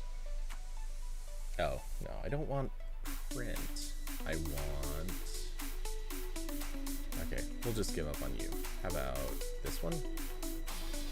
There was a site I used to go to all the time. I would have it open at least like 3 times a week. This isn't the right one, but this works. Okay, 6.4 inch. We're talking, no, we'll just say 1920 by 1080. Actually, no, let's call this 2160. Okay, so that gives us a 2-to-1.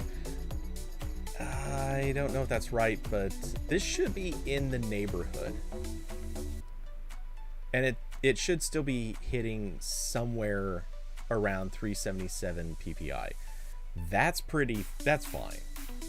I mean, it's not as crazy sharp as it could be, but I think that's pretty good. Carson mentions the 2XL has a 6-inch display and it's QHD. Yeah, here's the thing. The 2XL is crazy sharp. The 2XL is beautifully sharp. Granted, I mean, it's got its other issues given the display manufacturer, but still crazy sharp. Let's see. So QHD was what? Yeah, 25.6 by 1440. So let's plug that in real quick. So wait, did I say 2160? I meant 2560.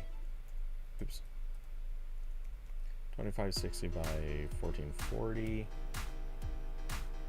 That gives us 438 PPI. That is pretty high. I don't know. I'm still suspicious that it's gonna look pretty good. or I'm still leaning towards it looking pretty good. It may not be crazy sharp, but I think it's going to be good. Oh yeah, that's right. This is also going to be a plus, so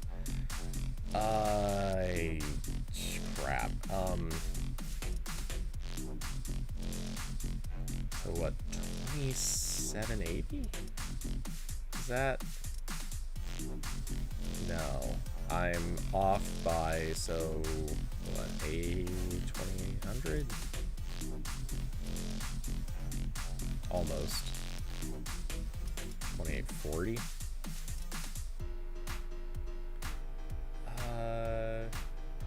Oh, 2-to-1. Duh. 2880. I could have done that math if I just thought about it. Okay, so 480 PPI. Because 2-to-1 obviously is just doubling the 1440. Yeah. I didn't think about it at first. My fault. Anyway. Yeah, so 480 PPI. That is crazy sharp. That is really sharp.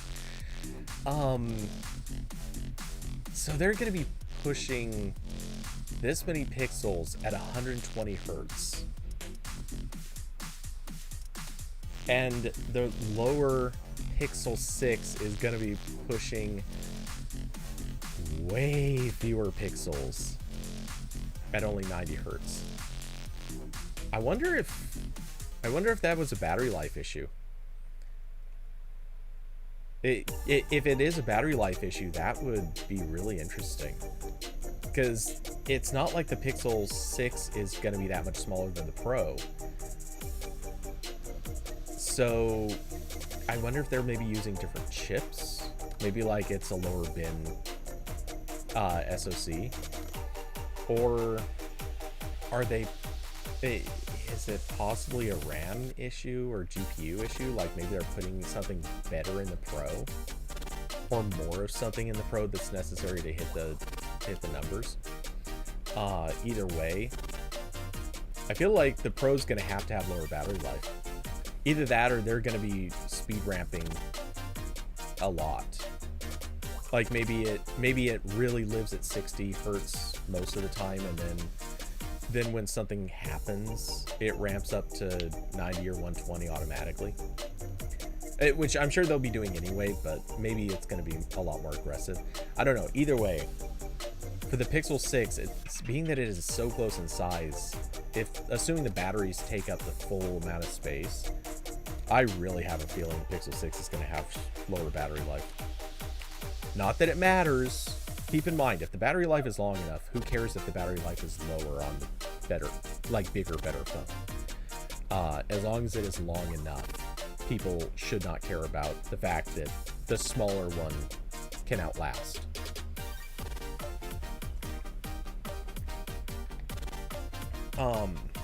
Damn, rumored bigger batteries. Hope they aren't compensating for poor battery life. 4 more gigabytes of RAM in the Pro by chips. Oh yeah. Yeah, 4 more gigs of RAM. I mean, most likely, yeah. But this is sort of that same issue with the M1 Max. We don't know if they're possibly changing how the memory is going to work. There's a lot of possibility, especially if they're borrowing technology from Tensor. We don't know. New article, Rick yells at Pixel Team why battery life was not again considered. Yikes. Yeah, could happen. But yeah, I find myself wondering quite a bit, will this become the thing that people latch hold of? Because if the battery life shifts, that's gonna be wonky. Not that anyone should care. Nobody should get caught up in that. But if people do, they will. People look for any reason to be critical of things. But anyway, yeah, so let's see what else.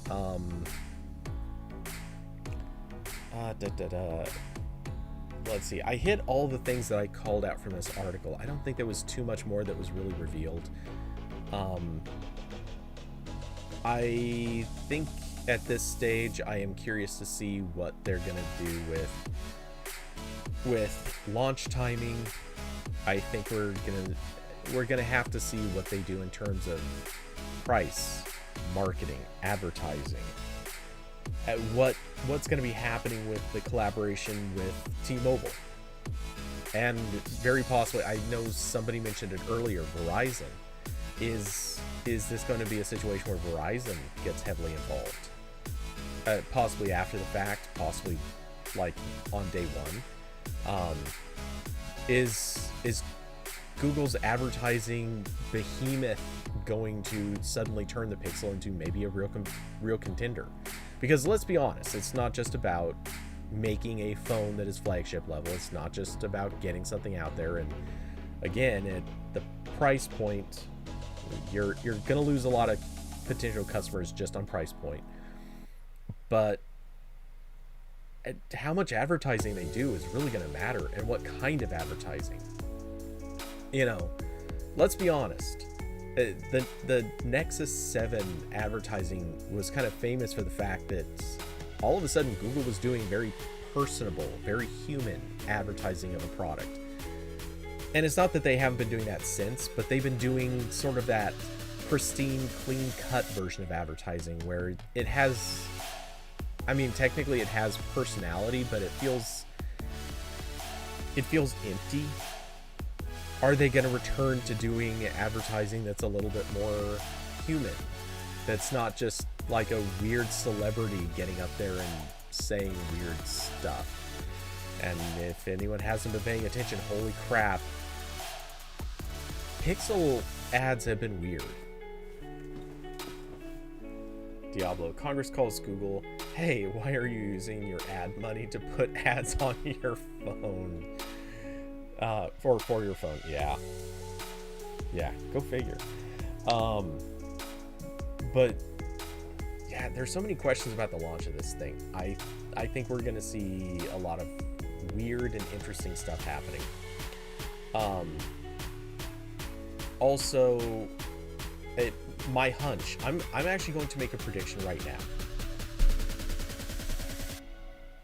Actually, okay, I normally don't go this far out on a limb with a prediction, but I'm gonna go hard with this one. I bet half of the ads that we see for the Pixel 6, maybe not half in terms of number, like if they came out with, let's say, 30 commercials, I'm not saying 15 of them will be like this. What I'm thinking is the exposure. They might have 10 commercials that honestly they only put up on YouTube, and like you're only going to see them if you go looking on the Google YouTube channel. But the commercials that they actually put at the, like, during sporting events, the commercials that they put on TV, the commercials that they actually hype and push on YouTube, I expect half of them are going to be major TikTokers. Dead serious. I bet they are going to, I would almost put money that they're probably going to recruit the D'Amelio sisters. I bet almost anything that, well, I don't want to say they'll work with Logan Paul. That's going a step too far. I think they're going to pick the top influencers they possibly can, and they're going to pay them to be in these ads. And they're going to probably pay them to post a lot of this stuff to their own channels. I'm sure they're going to still go celebrity stuff. We're probably going to see, I don't want to say Katy Perry, maybe, I don't know, Dua Lipa or something. I'm sure they'll go with those, but man, I think they're going to go so hard on Instagrammers, on TikTokers. Diablo mentions how many YouTubers. How many YouTubers are going to shoot vlogs with Pixels? That's a separate question, but yeah. I think they're going to roll really, really hard with the influencer crowd, because it just fits. I think that's who they're even going to try to appeal to, because they want those people buying this phone. Because if those people buy, they're going to convince their followers to some extent to start using this phone. It's going to be a thing. I'm pretty willing to even guarantee this. Like I almost want to do I want to do a bet. I don't know what it would be, but I almost want to do a bet that they're going to go hard with the influencer crowd. Diablo. Look forward to BTS doing support pixel videos. Yeah, I could see that. Let's see. Google Ads will only use the top 0.01% of OnlyFans celebrities. You'll laugh, but technically some of those, you know. What if... technically they could do that if they just cast Bella Thorne. Bella Thorne is 100% on OnlyFans, and she would count. Also, I don't know if it still is, but at one point her account was one of the highest grossing OnlyFans accounts. Austin also, will Martha Stewart be at the launch? I don't know, maybe. I sooner wonder if they're gonna drag back in Annie Leibovitz. I honestly don't think they're gonna bring back Annie, just because if they bring in anyone, I think they're gonna bring in who would they bring in? Who's a famous enough photographer that people are gonna recognize or know by name, but not but not have kind of the same, I don't want to say old feel. That's not at all how I want to describe it, but somebody who wouldn't have that same sort of not as I don't know. I don't know what to say about it, but somebody new, someone different. I think at this point they've sort of worn out Annie. But they'll probably bring a cinematographer for this time. Yeah, actually, you're right. That's exactly what they'll do. Oh. I know exactly who they should get. I mean, not even a question. This is so... I can tell you right now exactly the person they should be getting for that.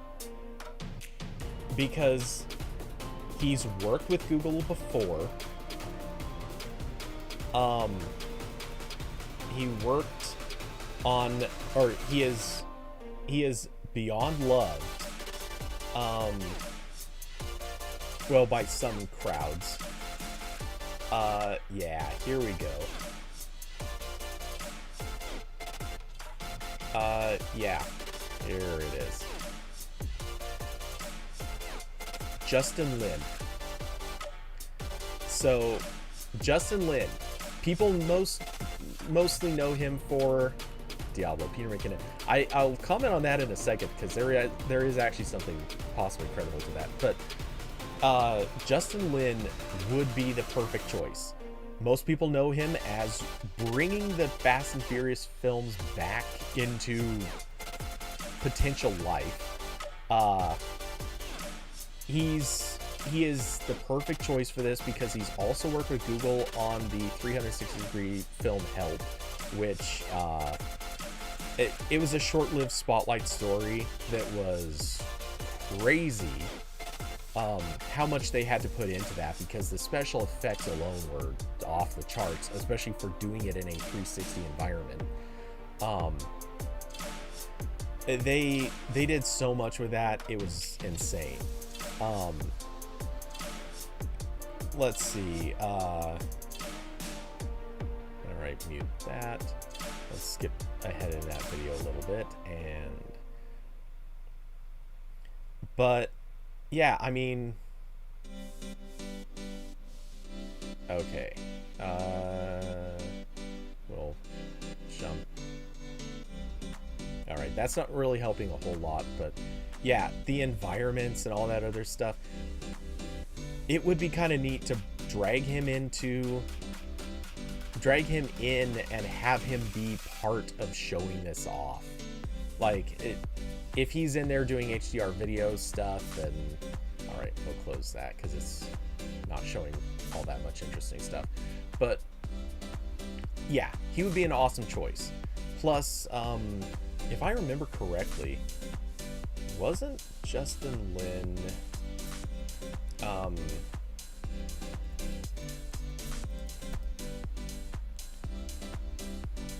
didn't he do the... I think he also was part of Yum Yum F for all of the 10 minutes that Yum Yum F actually mattered. Yep. Yeah, that was it. For anyone who doesn't know what I'm talking about, oh my god. So yeah, this is a real thing. I'll drop the link into chat. Justin Lin, back before he put on the weight,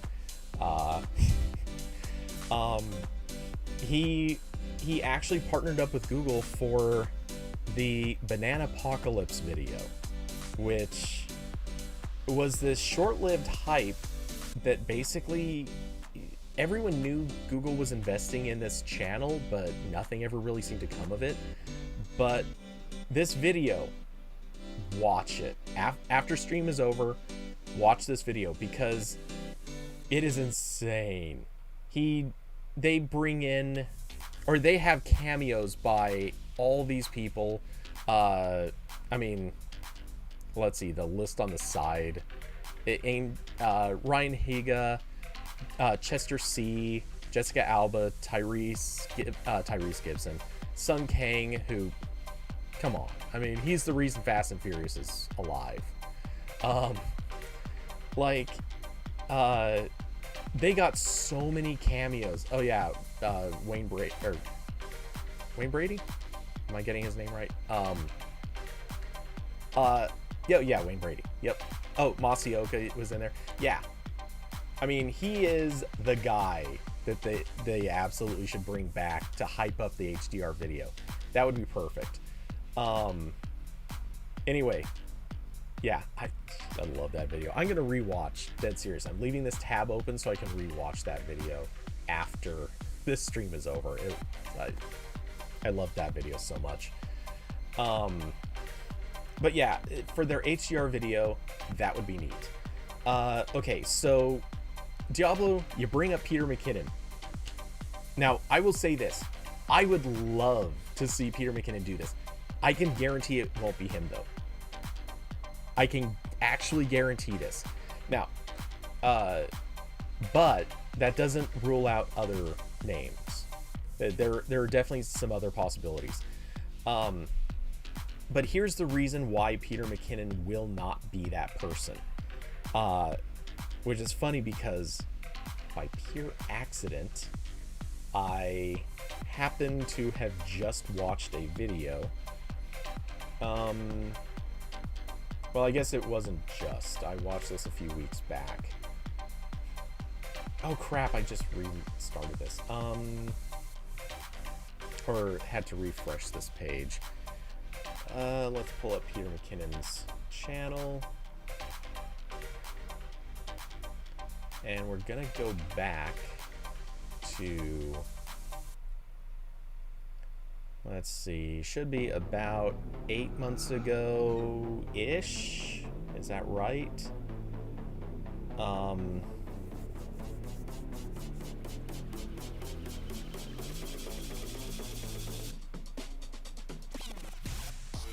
Okay, I think it's this one, the iPhone 12 mini versus Pro.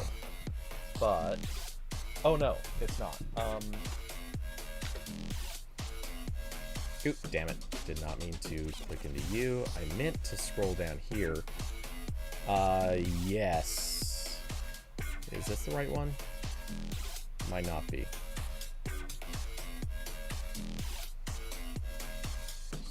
I'm checking a little further down the channel. That's too far back. Okay, so it is this video. the iPhone 12 Pro video that he did. October 20th. Let's see, iPhone 12 Pro release date.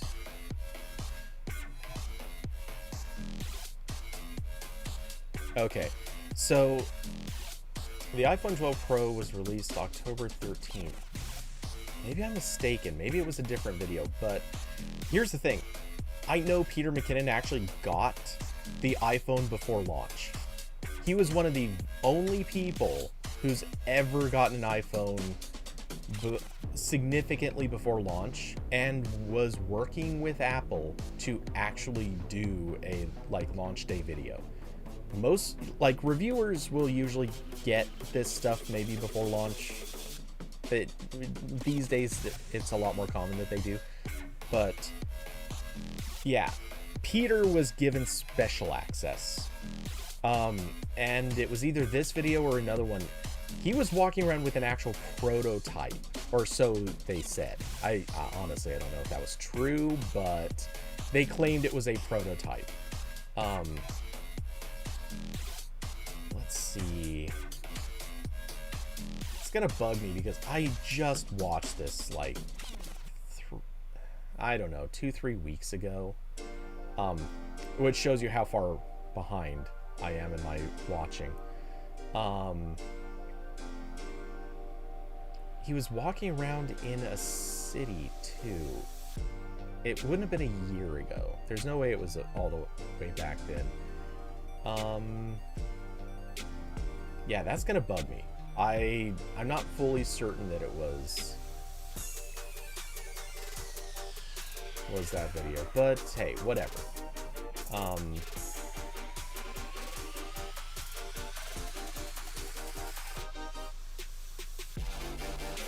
All right. Anyway, I'm looking at these, just trying to be sure, but I don't remember. It's possible Tim got him by the pocket. But yeah, anyway, Peter has been working with Apple. Peter is also a very outspoken iPhone fan. Not to say that that's not to say that I think he would work with Google. It's more that I don't think he's ever going to hype a Google product, because he likes to hype products that he picks. So much so that he actually basically did a free ad for Ford. He is a huge Ford fan, and so he did a free ad with them, or for them, and they've never contacted him. And other companies have contacted him, and he's done vague blog stuff for those companies, but he doesn't hard hype. Not in the way that Google would want him to. So yeah, I don't think he would be the guy that they would go to for that. I could see them going to Casey Neistat again, though. Please, no. I honestly, I'm not trying to throw shade, but I do not like Casey. I've never liked Casey. They would definitely go to MKBHD, but I don't know if they want to. Not saying anything bad about MKBHD. I just think that they might be looking for. I think they're looking for a livelier personality, and MKBHD comes across very neutral and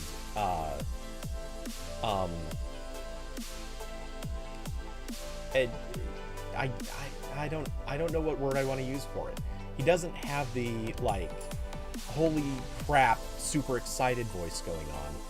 He has the calm tech voice going on. He doesn't get amped up the same way that somebody like Peter does. Let's see, Carson, why would Ford advertise on a camera channel? Okay, so let me show you the other video that he just did. Where is it? I just watched this last night. Yeah, just a YouTuber. Yep, this is the one. Okay. So, he did just work with Hyundai. Now, to be clear, this was paid. This was an actual big paid event. He worked for Hyundai. Now, he's not promoting Hyundai beyond the fact that he, worked with them. Okay. Anyway, so this involved an actual set with a new Hyundai car. They got a, I guess, fashion Santa or something. I'm not really clear, but yeah, so they went out and did photos. They went out and did, yeah, this is this whole talking bit. I'm skipping forward, trying to find the actual stuff, but yeah, he's out there with a film crew. He's out there doing regular photos,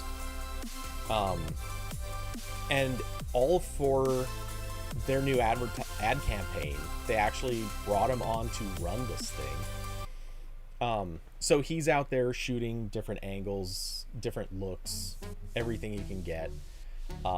Skipping forward again, and where's it gonna be? Oh yeah, here. So that's them playing his ad on big screen. Like, so they did hire him for legit big promo stuff, but here's the thing, the ad doesn't show him. He may have shot it, he may have been the guy in charge of this thing, but he didn't. The ad does not actually ever, to my knowledge, the ad never actually mentions Peter had anything to do with it. So yeah, that's kind of the point. So let's see. Diablo, yeah, MKBHD is truly neutral except for the ultra wide comment. Super large audience, yes, he certainly does. But can you imagine them bringing him on stage to talk about this stuff? And do you really consider MKBHD a cinematographer? He's a content creator, he's a video maker, and yes, what he does involves a degree of cinematography, but is he the one that you want getting up on stage when, consider they brought in Annie Leibovitz? Like, that's a big get, but it's not your tech get. This is why I'm thinking Justin Lin is a little bit more the speed that they want to go with. Or if they're going influencer, oh wait, what is this person's name? Well, part of me wants to say Philip Bloom, but he would not be the right guy for this. Just because Philip Bloom is too old to really fit the right crowd that I think they're going to try to attract. Incredible guy. He knows his crap inside and out. Also technically mix of photographer and oh god, I'm picturing so many different people that they could get. Okay, you guys probably won't know this name, but Potato Jet would actually be a fun choice. He's got a pretty big audience, and he would be a good pick for this because Potato Jet has actually worked on Hollywood sets. He knows what he's doing. He runs he has a production company or is part of a production company.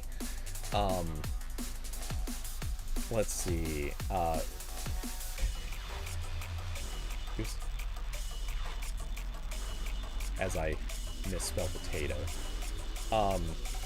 Yeah, Potato Jet, let's see. Oh, not as many followers as I thought. He's coming in at about 850 subscribers.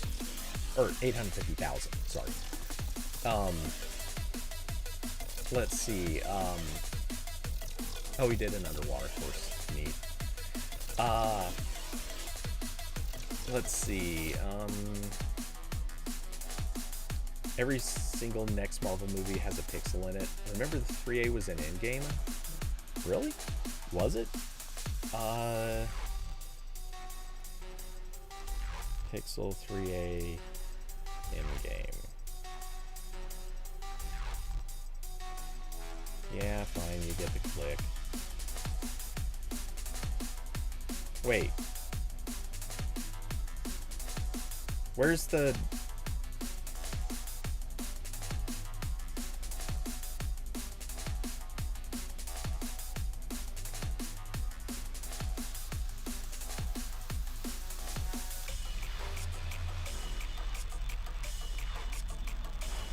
Okay.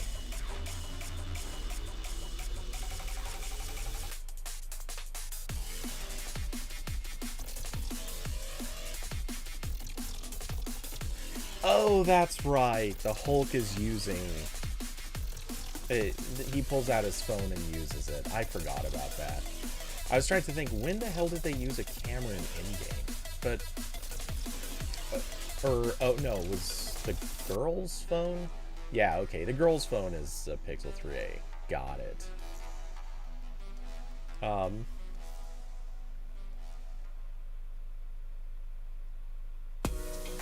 Alright, well, that makes sense. Unrelated. I wonder how hard I'm going to get hit with, not DMCAs, but whatever the crap, claims against this video for showing, let's see, a Marvel movie clip, let's see, I don't think Peter McKinnon's channel is going to be hard claiming, but you never know. What else did I show?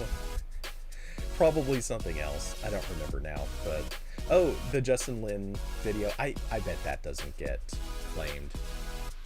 But yeah, we'll see.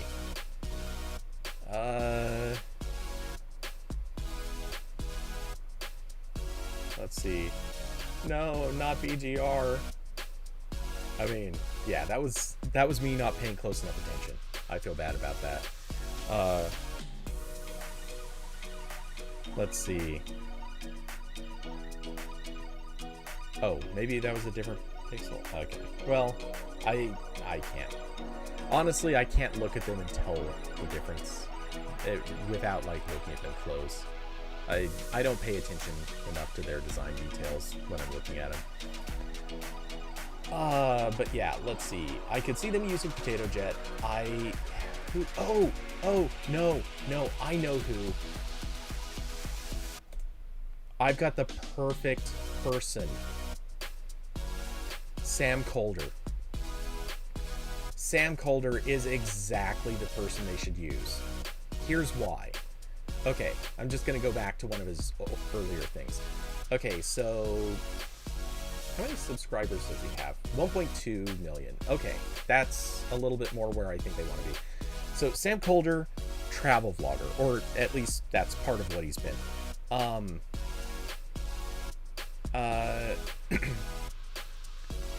Carson, as a question, they can find DMCA content even without audio playing if no one flags it. Yes, they can. They have. On my channel, I have had claims against me for movie trailers because I've shown a few of the movie trailers from my movie post. Yeah, I've shown a few of those movie trailers, not even whole trailers, just parts of trailers. I've had, I think, 3 claims against me based on those. They've all been dropped. None of them held. Let's see. I think one of them I had to dispute. The others auto cleared. So it's not that big of a deal. And because I'm talking over them, I'm obviously discussing them, like bringing up pieces of them, showing off what's there, and talking about them for a reason. It's okay.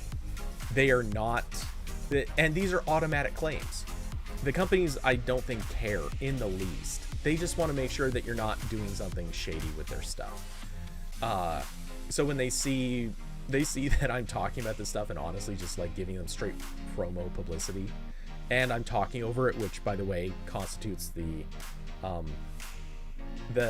fair use aspect of it, I believe. I don't think they care. So yeah, again, I know at least one claim that was put against my channel, it auto-cleared before I even got to dispute it. Another one, I believe it was when I showed some Suicide Squad footage or something like that. Maybe, no, it wasn't Suicide Squad. It was something. I don't remember now. Anyway, yeah, I did have to dispute it. But it cleared, I think it cleared within a day or something. Yeah, but I filed a dispute, just pointed out it's pretty sure this is fair use, blah, blah, blah. And then it cleared shortly after. So it's all good. And it was obviously an automatic flag. Okay, anyway, so here's to hoping Sam Calder doesn't have any automatic flagging going on. But let's see, which one would have been his? No, not that one. Let's go. Yeah, here we go. Okay, this is even a bit older, but oh wait, can we do? No, not those. All right, now screw it. We'll just go with this one, Pure Vita.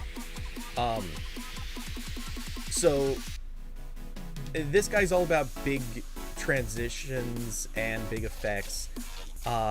Always shoots in complicated environments. I mean, you can see the crazy transitions that this guy will do. As I say that, is there a bunch of quick cuts, but yeah, lots of time lapses. He usually has some transitions as part of flyovers and stuff like that. He does a lot of cliff diving. He pretty much always has a gorgeous girl in the videos, you know. But it's all a lot of travel video, you know, the YouTuber high life kind of stuff.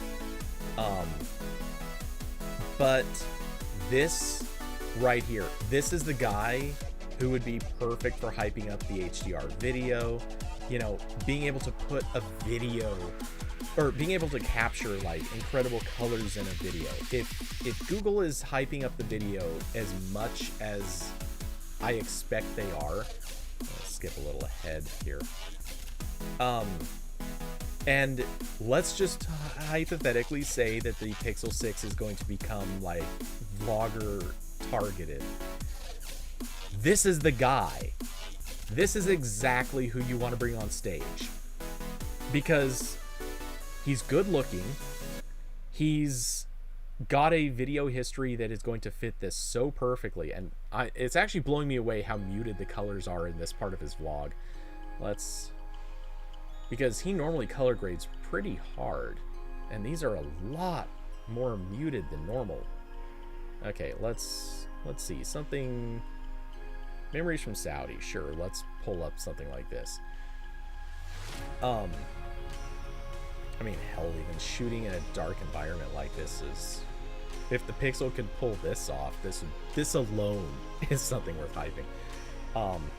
But yeah, you know, you want adventure people like this who are gonna put on big transitions and show off what the camera can do. You want to be able to show off that it can capture in complicated lighting environments. And this guy's stuff, it's beautiful, it's neat, it's got an experience to it. Night sight video, I mean, not unrealistic. So yeah, this is the guy. If Google's gonna get someone, they should be hitting up this guy. He is the perfect choice. You know, if they can't get Justin Lin. So, okay, anyway. I mean, look at that. Come on, that's...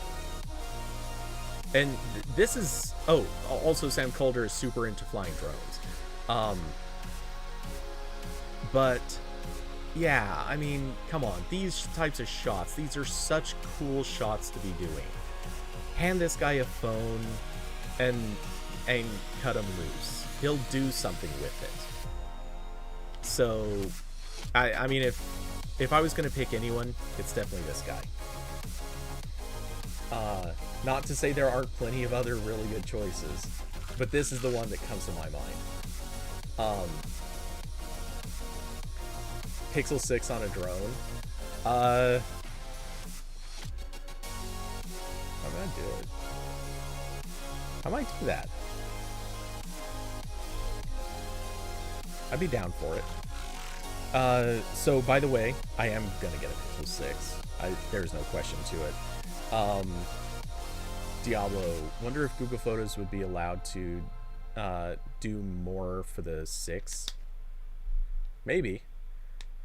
And I'm not kidding. I'm actually thinking about mounting. Better take pixel care. Yeah, really. Well, to be fair, the phone doesn't weigh that much. Let's see. How much does just for reference sake, Galaxy S21 Ultra weight? Okay, 229 grams. Mavic 2 payload capacity.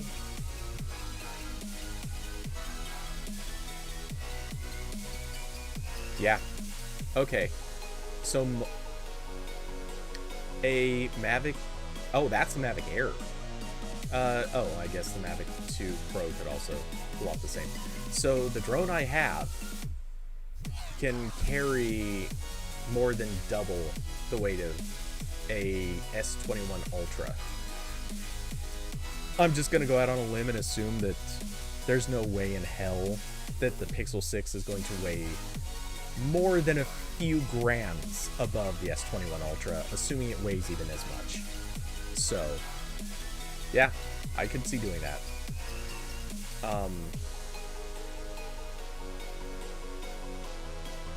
Diablo saved money, skipping the 5, 6, here you come.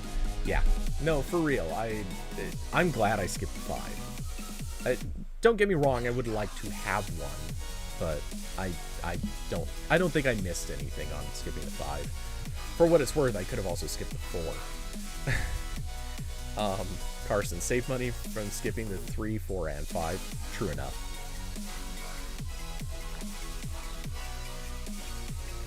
But yeah, I am gonna get the 6 because I am going.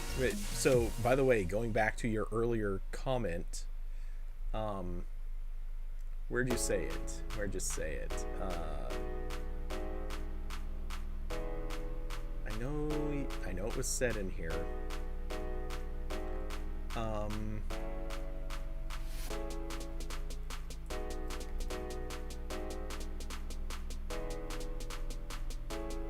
Yeah, Diablo.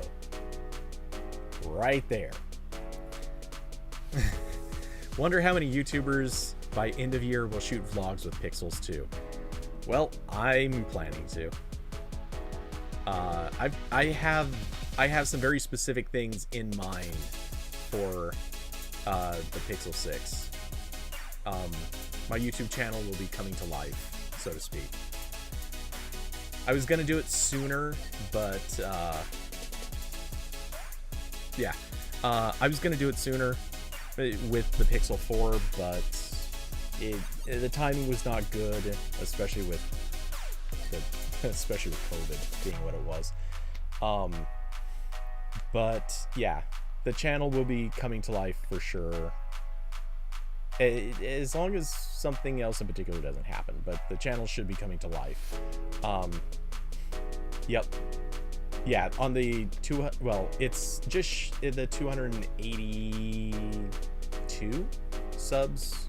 Is that how many I have? 281. Did I lose someone?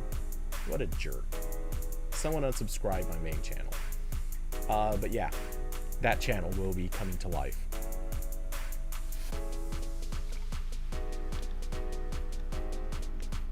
Um, yeah, and I'm not promising a ton of stuff, but there will be stuff. So that is the goal. Oh, dude, believe me, I'm going to be plugging the Mindspace RambleCast. Well, particularly the RambleCast. I will definitely be plugging it on at the end of those videos, or at least in descriptions. I'm going to obviously when I post videos, I'm also going to be plugging those from this channel. Yeah, I mean, I will be cross-plugging both channels. Austin, oh boy, will it blend? I mean, you could almost do that with kind of a photo gimmick, but yeah. Anyway, yeah, so, jeez, will it blend? Suddenly I'm just curious. I'm not gonna watch it, but that channel can't still be going, right? 8 months ago? It's still there. No way. Okay, the newest one is 8 months ago, but still, I can't believe that that still exists.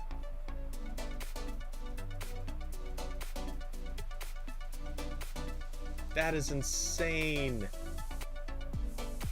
Like, this is early YouTube culture right here.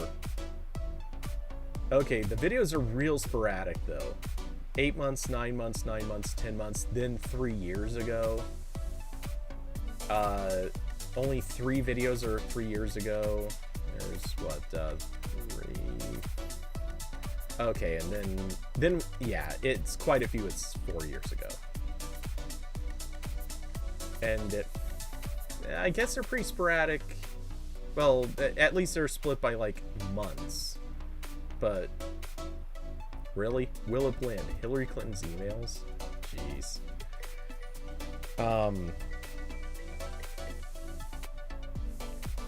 Okay, I'm gonna have to call that back. But oh, view counts dropped? Yeah, I bet. Under 100,000 on all of the recent ones. Wow. The one from 3 years ago was 558,000. Yeah.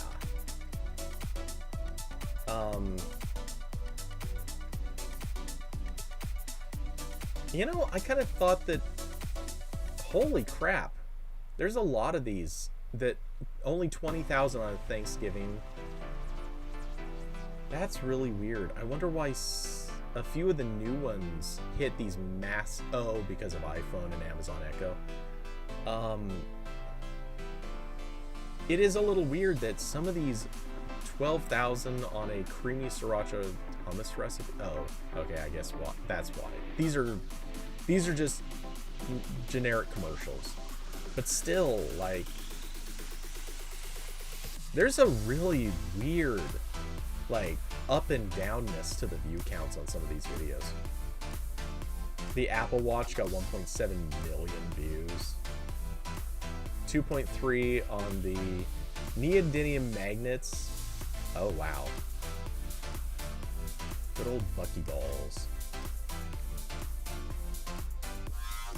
A Nokia 3310. 8 years ago, that's gotten 3.5 million views. Holy crap. How far back does this go? 13 years, 14. Okay, so they started 14 years ago. Wow. Like I said, this is internet history. 14 years ago. That is insane.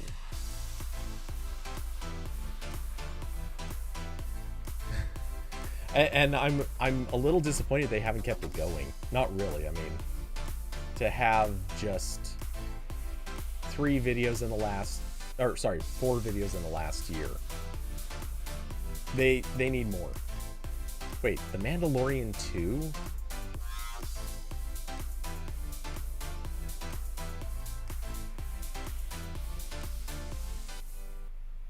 What are you blending? Okay, so just action figures.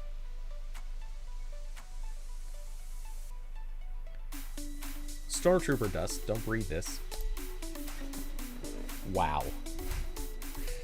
Oh my god. I can't believe that this is still a thing. Even if it's barely a thing.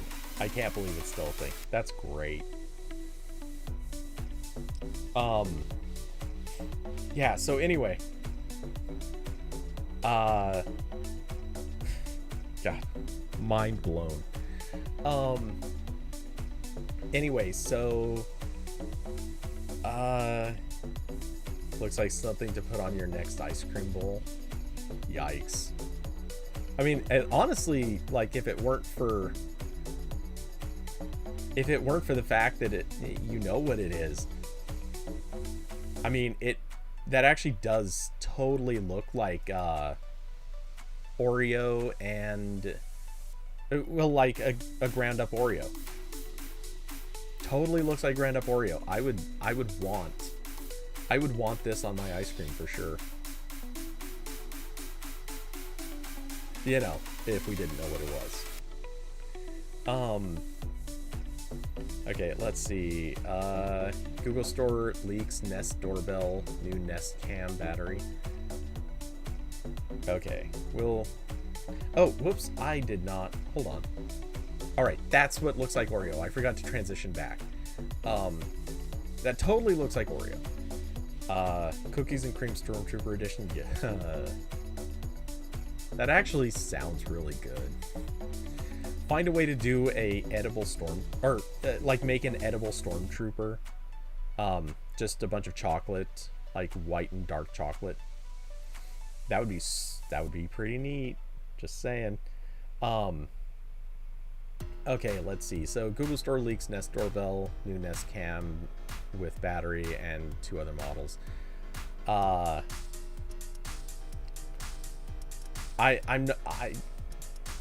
don't think I can say much here because I also already knew about this stuff. This, by the way, is one of those things where it's kind of funny when a site covers a leak when they have all the details already. But all this stuff is already under embargo. Every site already knows these things. So I don't think there's any point in hiding that these things do exist since there's a post here. But yeah, everyone already knows about this stuff. No secret. Thought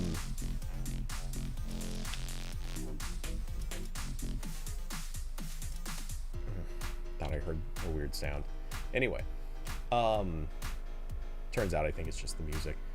But let's see.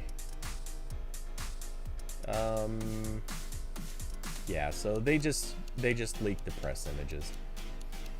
And yeah, this stuff looks pretty nice. I'd kind of like to get a few of these things, but they're pricey. I don't have money for it. The Pixel 6 is going to be taking all my monies. So yeah, I'm not going to get to touch this stuff anytime soon, I think. Not unless Google decides to start sending out extra review units to me, because anytime you want, sign me up. I'd be down for this. Really quick, did they leave? Okay, they did leave voicemail. Good. Okay, so let's see. I can close Will of Blend. I can close the Sam Calder video. Let's see.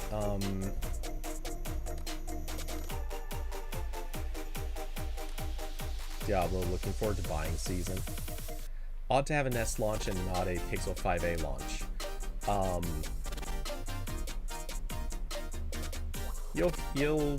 I mean, I don't know that whether or not there will be something, but there's gonna be a Pixel 5a. So,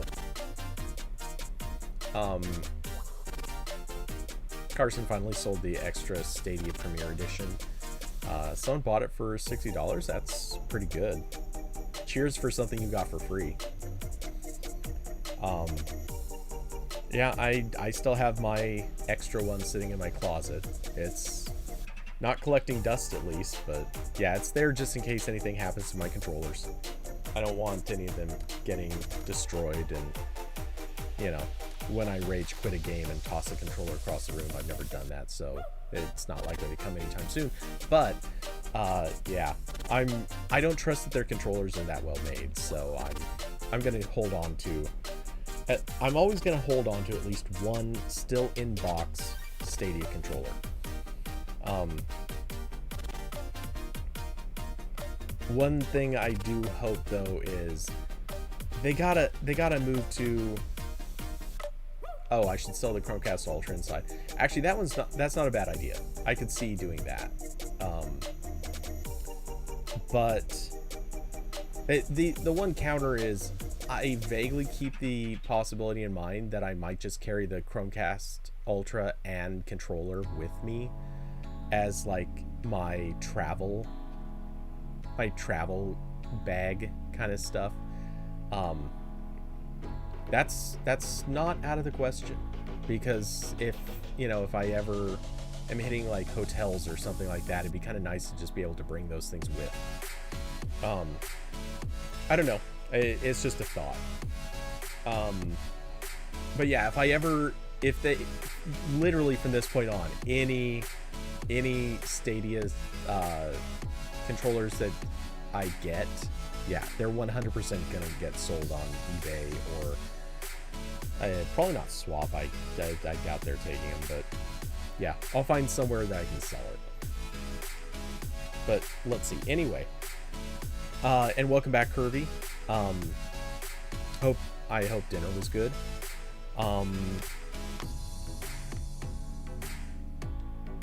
Chromecast don't work too well without a personal router. Yeah, but I mean, with a hotel, you can absolutely just bring your own little mini router. Get one of those that's designed as a damn it, I can't think of the term I want to use, but bring one of those that's designed to hook in to existing wireless and relays it to your own stuff. That way you control it, and everything you've got on your router just nats through. Like, you can easily do that. I have one somewhere, but I don't know what's happened to it. And it's a tiny little thing. It's the size of it's basically the size of an Apple charging brick. Transition. It's like this big, but with some lights, a couple of extra buttons on it, and just plugs right into a wall. You have to connect and do a little bit of configuring to make it connect to anything else, and that's it. Like, it just piggybacks anything else you throw at it. Let's see. Diablo, yeah. Wear OS 3 is expected to support other assistants. That's what Corbin was talking about earlier. And yeah, I'm curious how much that's really going to make a difference, because I think Samsung's the only one who's trying to push that. I suppose Amazon in theory could decide to make a watch and then push Alexa onto it, but I doubt it. It just doesn't seem that likely to me. I could be wrong, but that's my hunch. Let's see. All right. I don't really have a lot to say on that particular topic. really quick, and I think this will be the closeout because we're coming up on 5 o'clock, which this room has actually stayed sufficiently comfortable longer than I thought it would. But yeah, it is still getting pretty hot in here. Plus, I do have a thing I really, really want to try to get done before the end of today that I want to get back to. But really quick, may as well hit it. YouTube Premium. Oh, if anyone's got anything else, because I don't think this will really take 15 minutes, but if anyone has anything else, feel free to bring it up. But yeah, the YouTube Premium Lite, besides the name being kind of funny, let's be honest, Premium Lite does sound weird. I'm still a little baffled at this thing and how much it's going to bring to YouTube. I'm curious how many people are actually going to jump on this. Also, what this tells me, by the way, for anyone who may not have already caught this news, if you're listening much later, for example, Premium Lite, basically it is going to be the ad-free YouTube experience, but you do not get YouTube Music, which, by the way, is still something you can now use for free. So but it's free with ads, but in theory you could now hop over and use YouTube Music occasionally with ads and still keep YouTube ad free otherwise. It is also missing background downloads, or sorry, background playback and offline downloads. Anyway, so I was thinking about this recently since we talked about it on Discord, and something hit me. Why are they trying so hard to get everyone onto a subscription? Now, there are a few of the classic reasons, like if you get someone on a subscription and then let's say they don't really use the service for the next 2 months, you made profit even though they didn't use it. That's kind of a good thing. That's a smart move.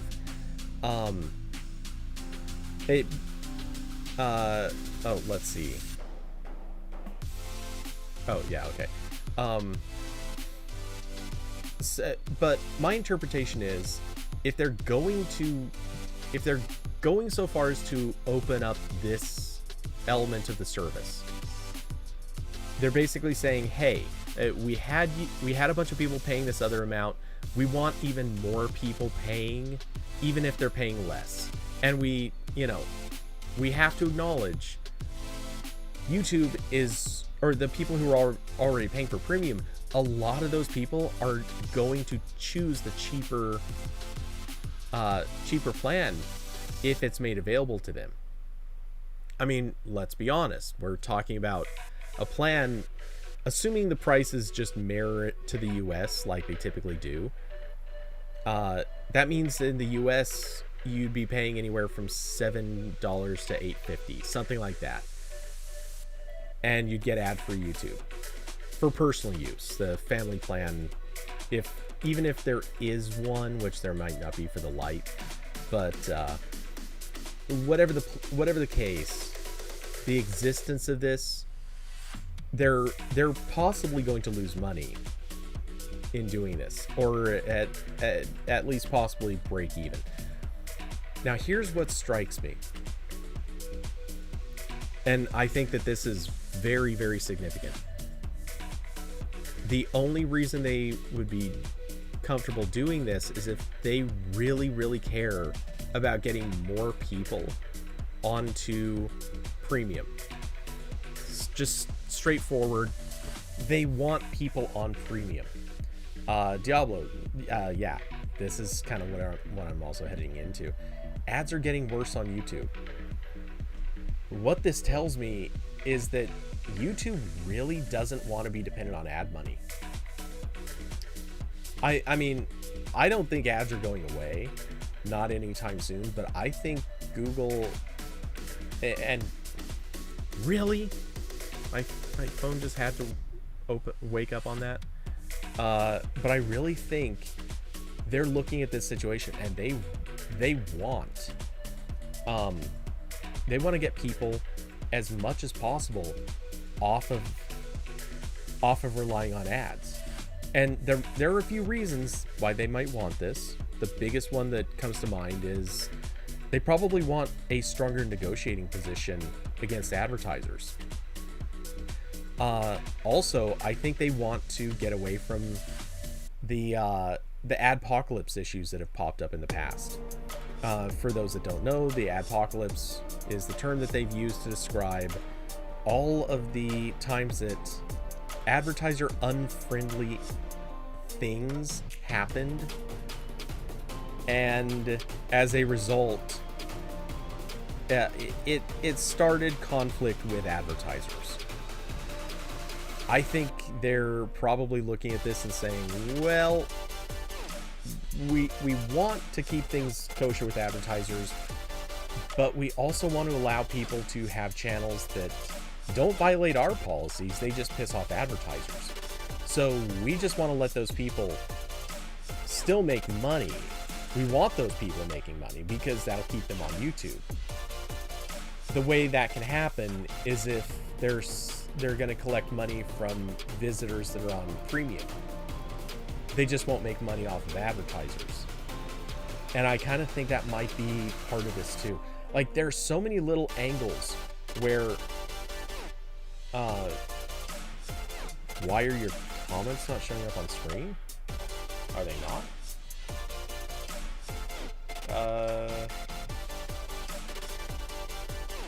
Let's see, Kirby, I see. Yeah, I see all the comments that showed up in YouTube. My YouTube chat window. I see all those comments. They're also being reflected on this video.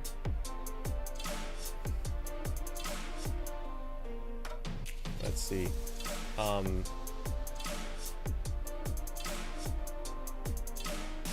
Diablo, hope Tensor fixes the accidental triggers. That would be nice.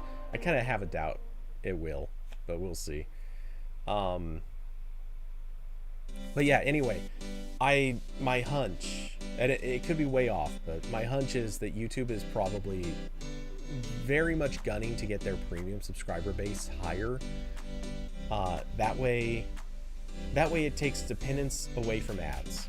Just straight up, I think they want dependence on ads to go away. It's better for them in the end. Okay, let's see.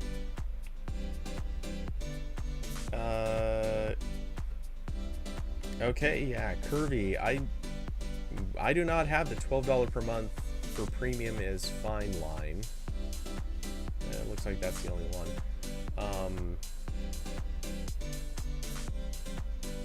Yeah, here I'll show you. Yeah, I mean, you can see it in this chat. Let's see, the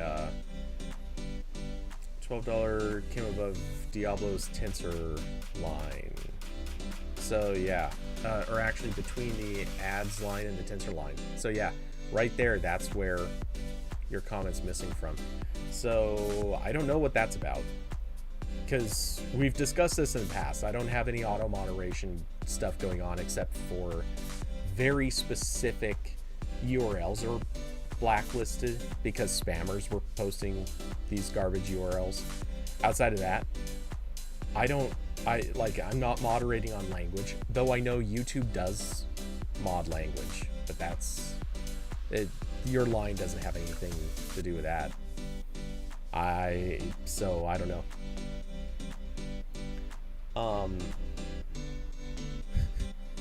Nice, Diablo. OnlyFans.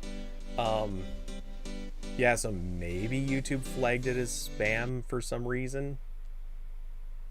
I mean, I guess I kind of understand how that could happen, but I don't know. Let's see. Oh,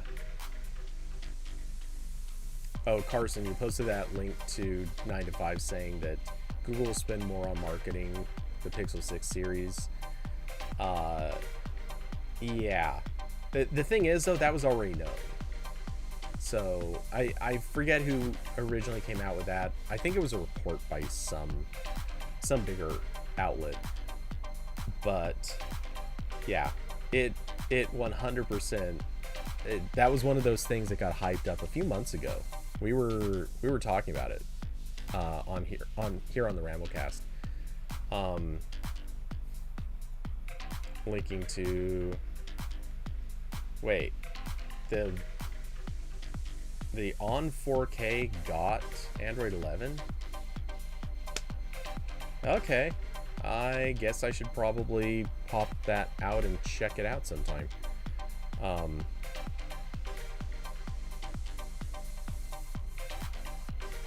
Curvy, what do you screen share? Oh, that's Lineage OS. Yeah, don't care. Not gonna use. Yeah, no, I should have read further. Because the position of where that title wraps, Lineage OS appeared lower, and for some reason when I read it, like skimming over it, I thought, oh, this is Android 11 comes to, and then a list of Android TV devices.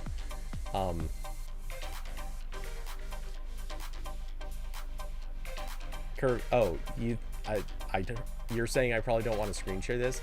I mean, who cares? That's the thing about this dashboard. There's nothing here that actually matters. I mean,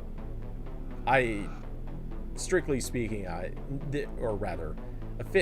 there's technically nothing here that matters. I mean, you know, there's number of likes. You can see that on the video already. Concurrent viewers, as a viewer, you can see this. The number of playbacks, in theory, you don't see that, but who cares? Average watch time is pretty high, so that's actually something I would probably want people to see. Oh yeah, endless Cody's though. That is kind of fun.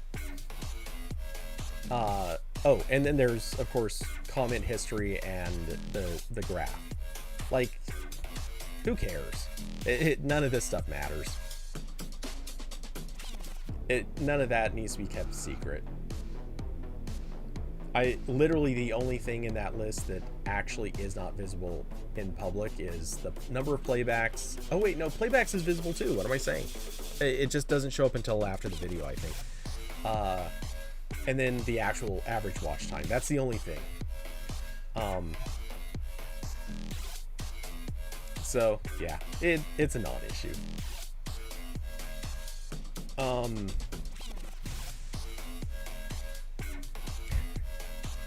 Diablo has the emoji game so down. It's incredible. But anyway, let's see. So yeah, anyway, I think I've said pretty much all I can really say on the YouTube thing. It just strikes me as I think they're making a play for trying to hold advertisers over a barrel, so to speak. I think they want to get them paying more, and just generally speaking, fewer people on YouTube seeing them.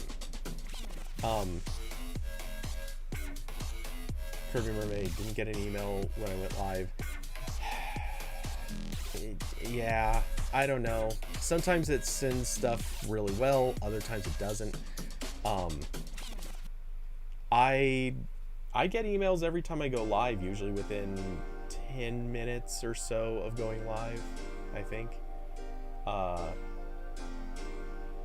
Sometimes it's right away, sometimes it takes longer. I know there are times it's taken closer to an hour. There are also the notifications on Android, which I don't know if I got one for myself yet. Did I? I didn't. Though, I'm not actually sure I'm subscribed. Well, I'm subscribed, but I don't know if I have notifications turned on for my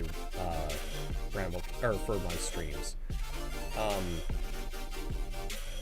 And then of course, again, in Discord, if you're not already, anyone who's interested can also get Discord pings by joining the Stream Alert RambleCast group. If you haven't seen this before, all you have to do is go into the Bot Stuff channel, and the pinned message actually shows you how to do this. It's literally just an exclamation mark, the word sub, and then the thing that you want to subscribe to, which right now is actually a bit of a lie. I need to change that message. I should probably do that right now. Let's fix that, because right now it lists YouTube, Twitch, gaming, chat, and all. It should be, let's see, I guess, oh, yeah, okay. Let's just change it to oh, no. Damn it, what is it gonna be? I need to update the code. Okay, I will fix that message and the code later. But yeah, you can join the group, and it should be right now, if you just join the Twitch group, it'll add you to the right group. It should be. Let's see. I'll just try this myself. Am I in the right group? Yeah, I am. Okay. So if I unsub Twitch. Oh, it unsubbed both of those. Okay, so, and then resub, and yep, puts me back into the streaming alerts. Okay, so yeah, if you peek in Bot Stuff, you'll see where I did that. That is how to join those groups if you haven't already. And this will also give you Discord notifications the same way as if you got pinged personally. Let's see. And yeah, by the way, Diablo, like you said, notifications are hitting you like 10 minutes after I go live. That's half the reason why I start the stream, and then it sits for about like anywhere from 5 to 10 minutes, because there is this massive gap between people getting notifications and the start of the stream. And even if there wasn't a gap, I know full well the notification is going to go out, and some people are going to get the notification and be like, oh, okay, I'll join in a minute, or I can join in 5 minutes. Like, I want to get back to a computer before I join, anything like that. When that happens, I know full well, because I do it too. You don't necessarily join literally the second that a notification comes in. So I leave the intro card running for about 10 minutes, so it gives time for people to actually make it. And every once in a while, I'll even just wait until I see somebody has joined, and then I'll switch over. Which is why every once in a while it may go a little bit longer, because I don't see anyone join it, like, even within the first 10 minutes, which has happened a couple times. But yeah, anyway, so Carson, is The Last of Us 2 a possibility this week? That's actually a great question, and I'm going to come up with a great answer once I check the weather. According to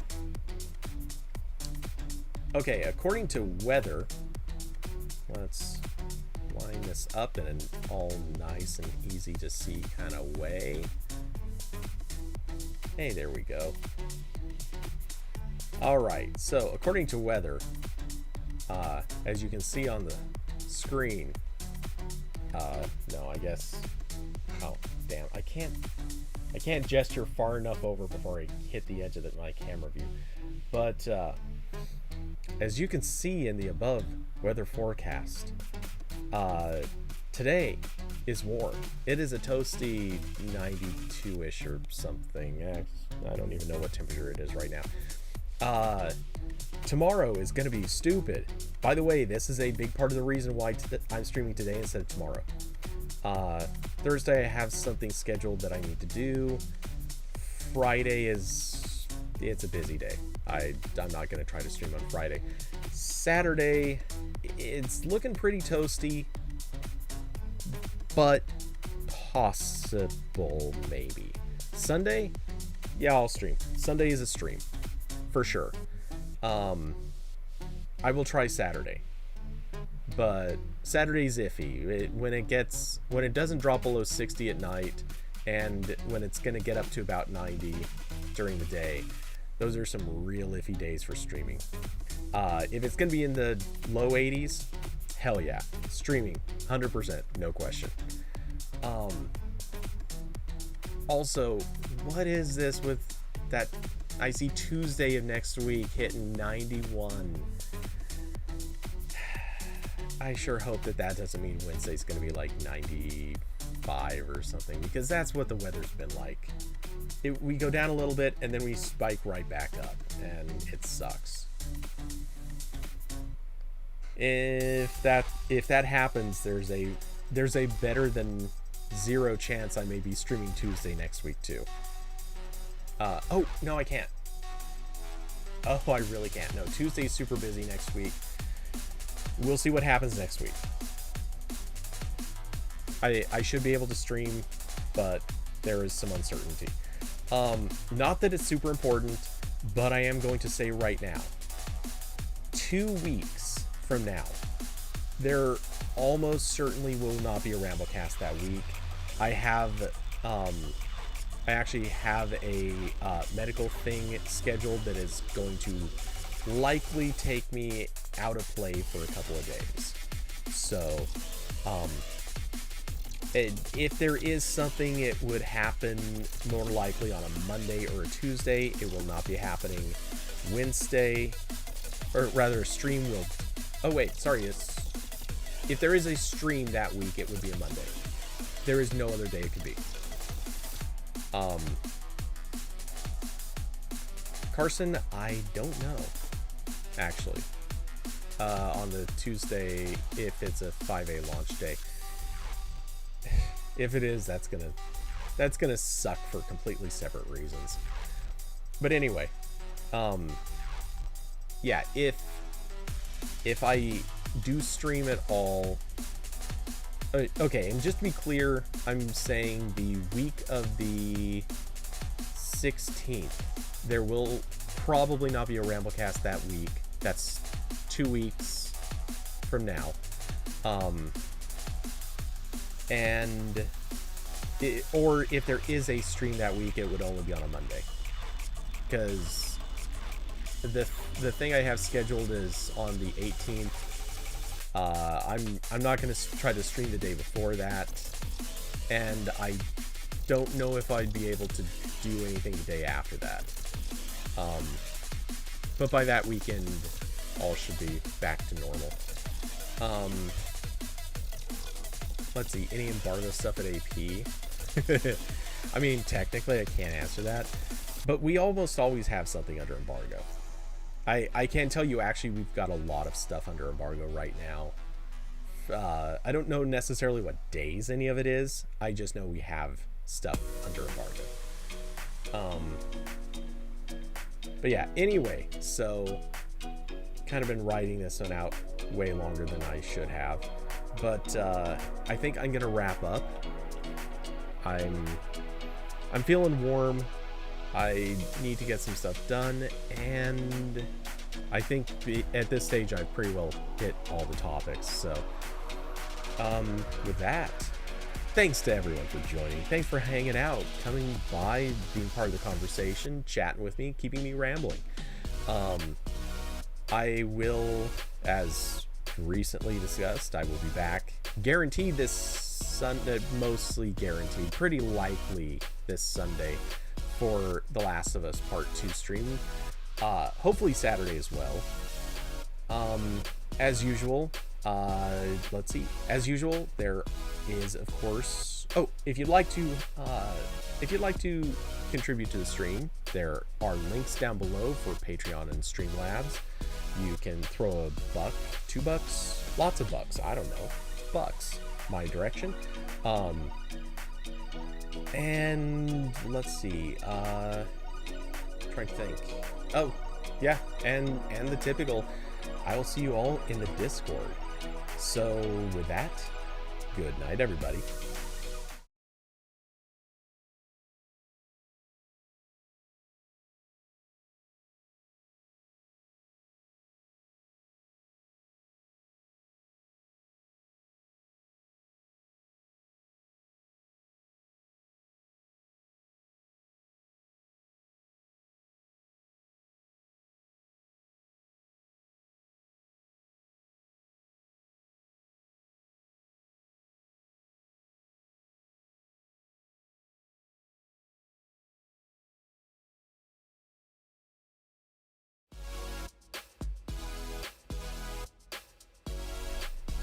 Damn it, I forgot to fix the music thing again. So yeah, it cut out. I'm going to fix that and actually make that correct in the future. But anyway, this time, later.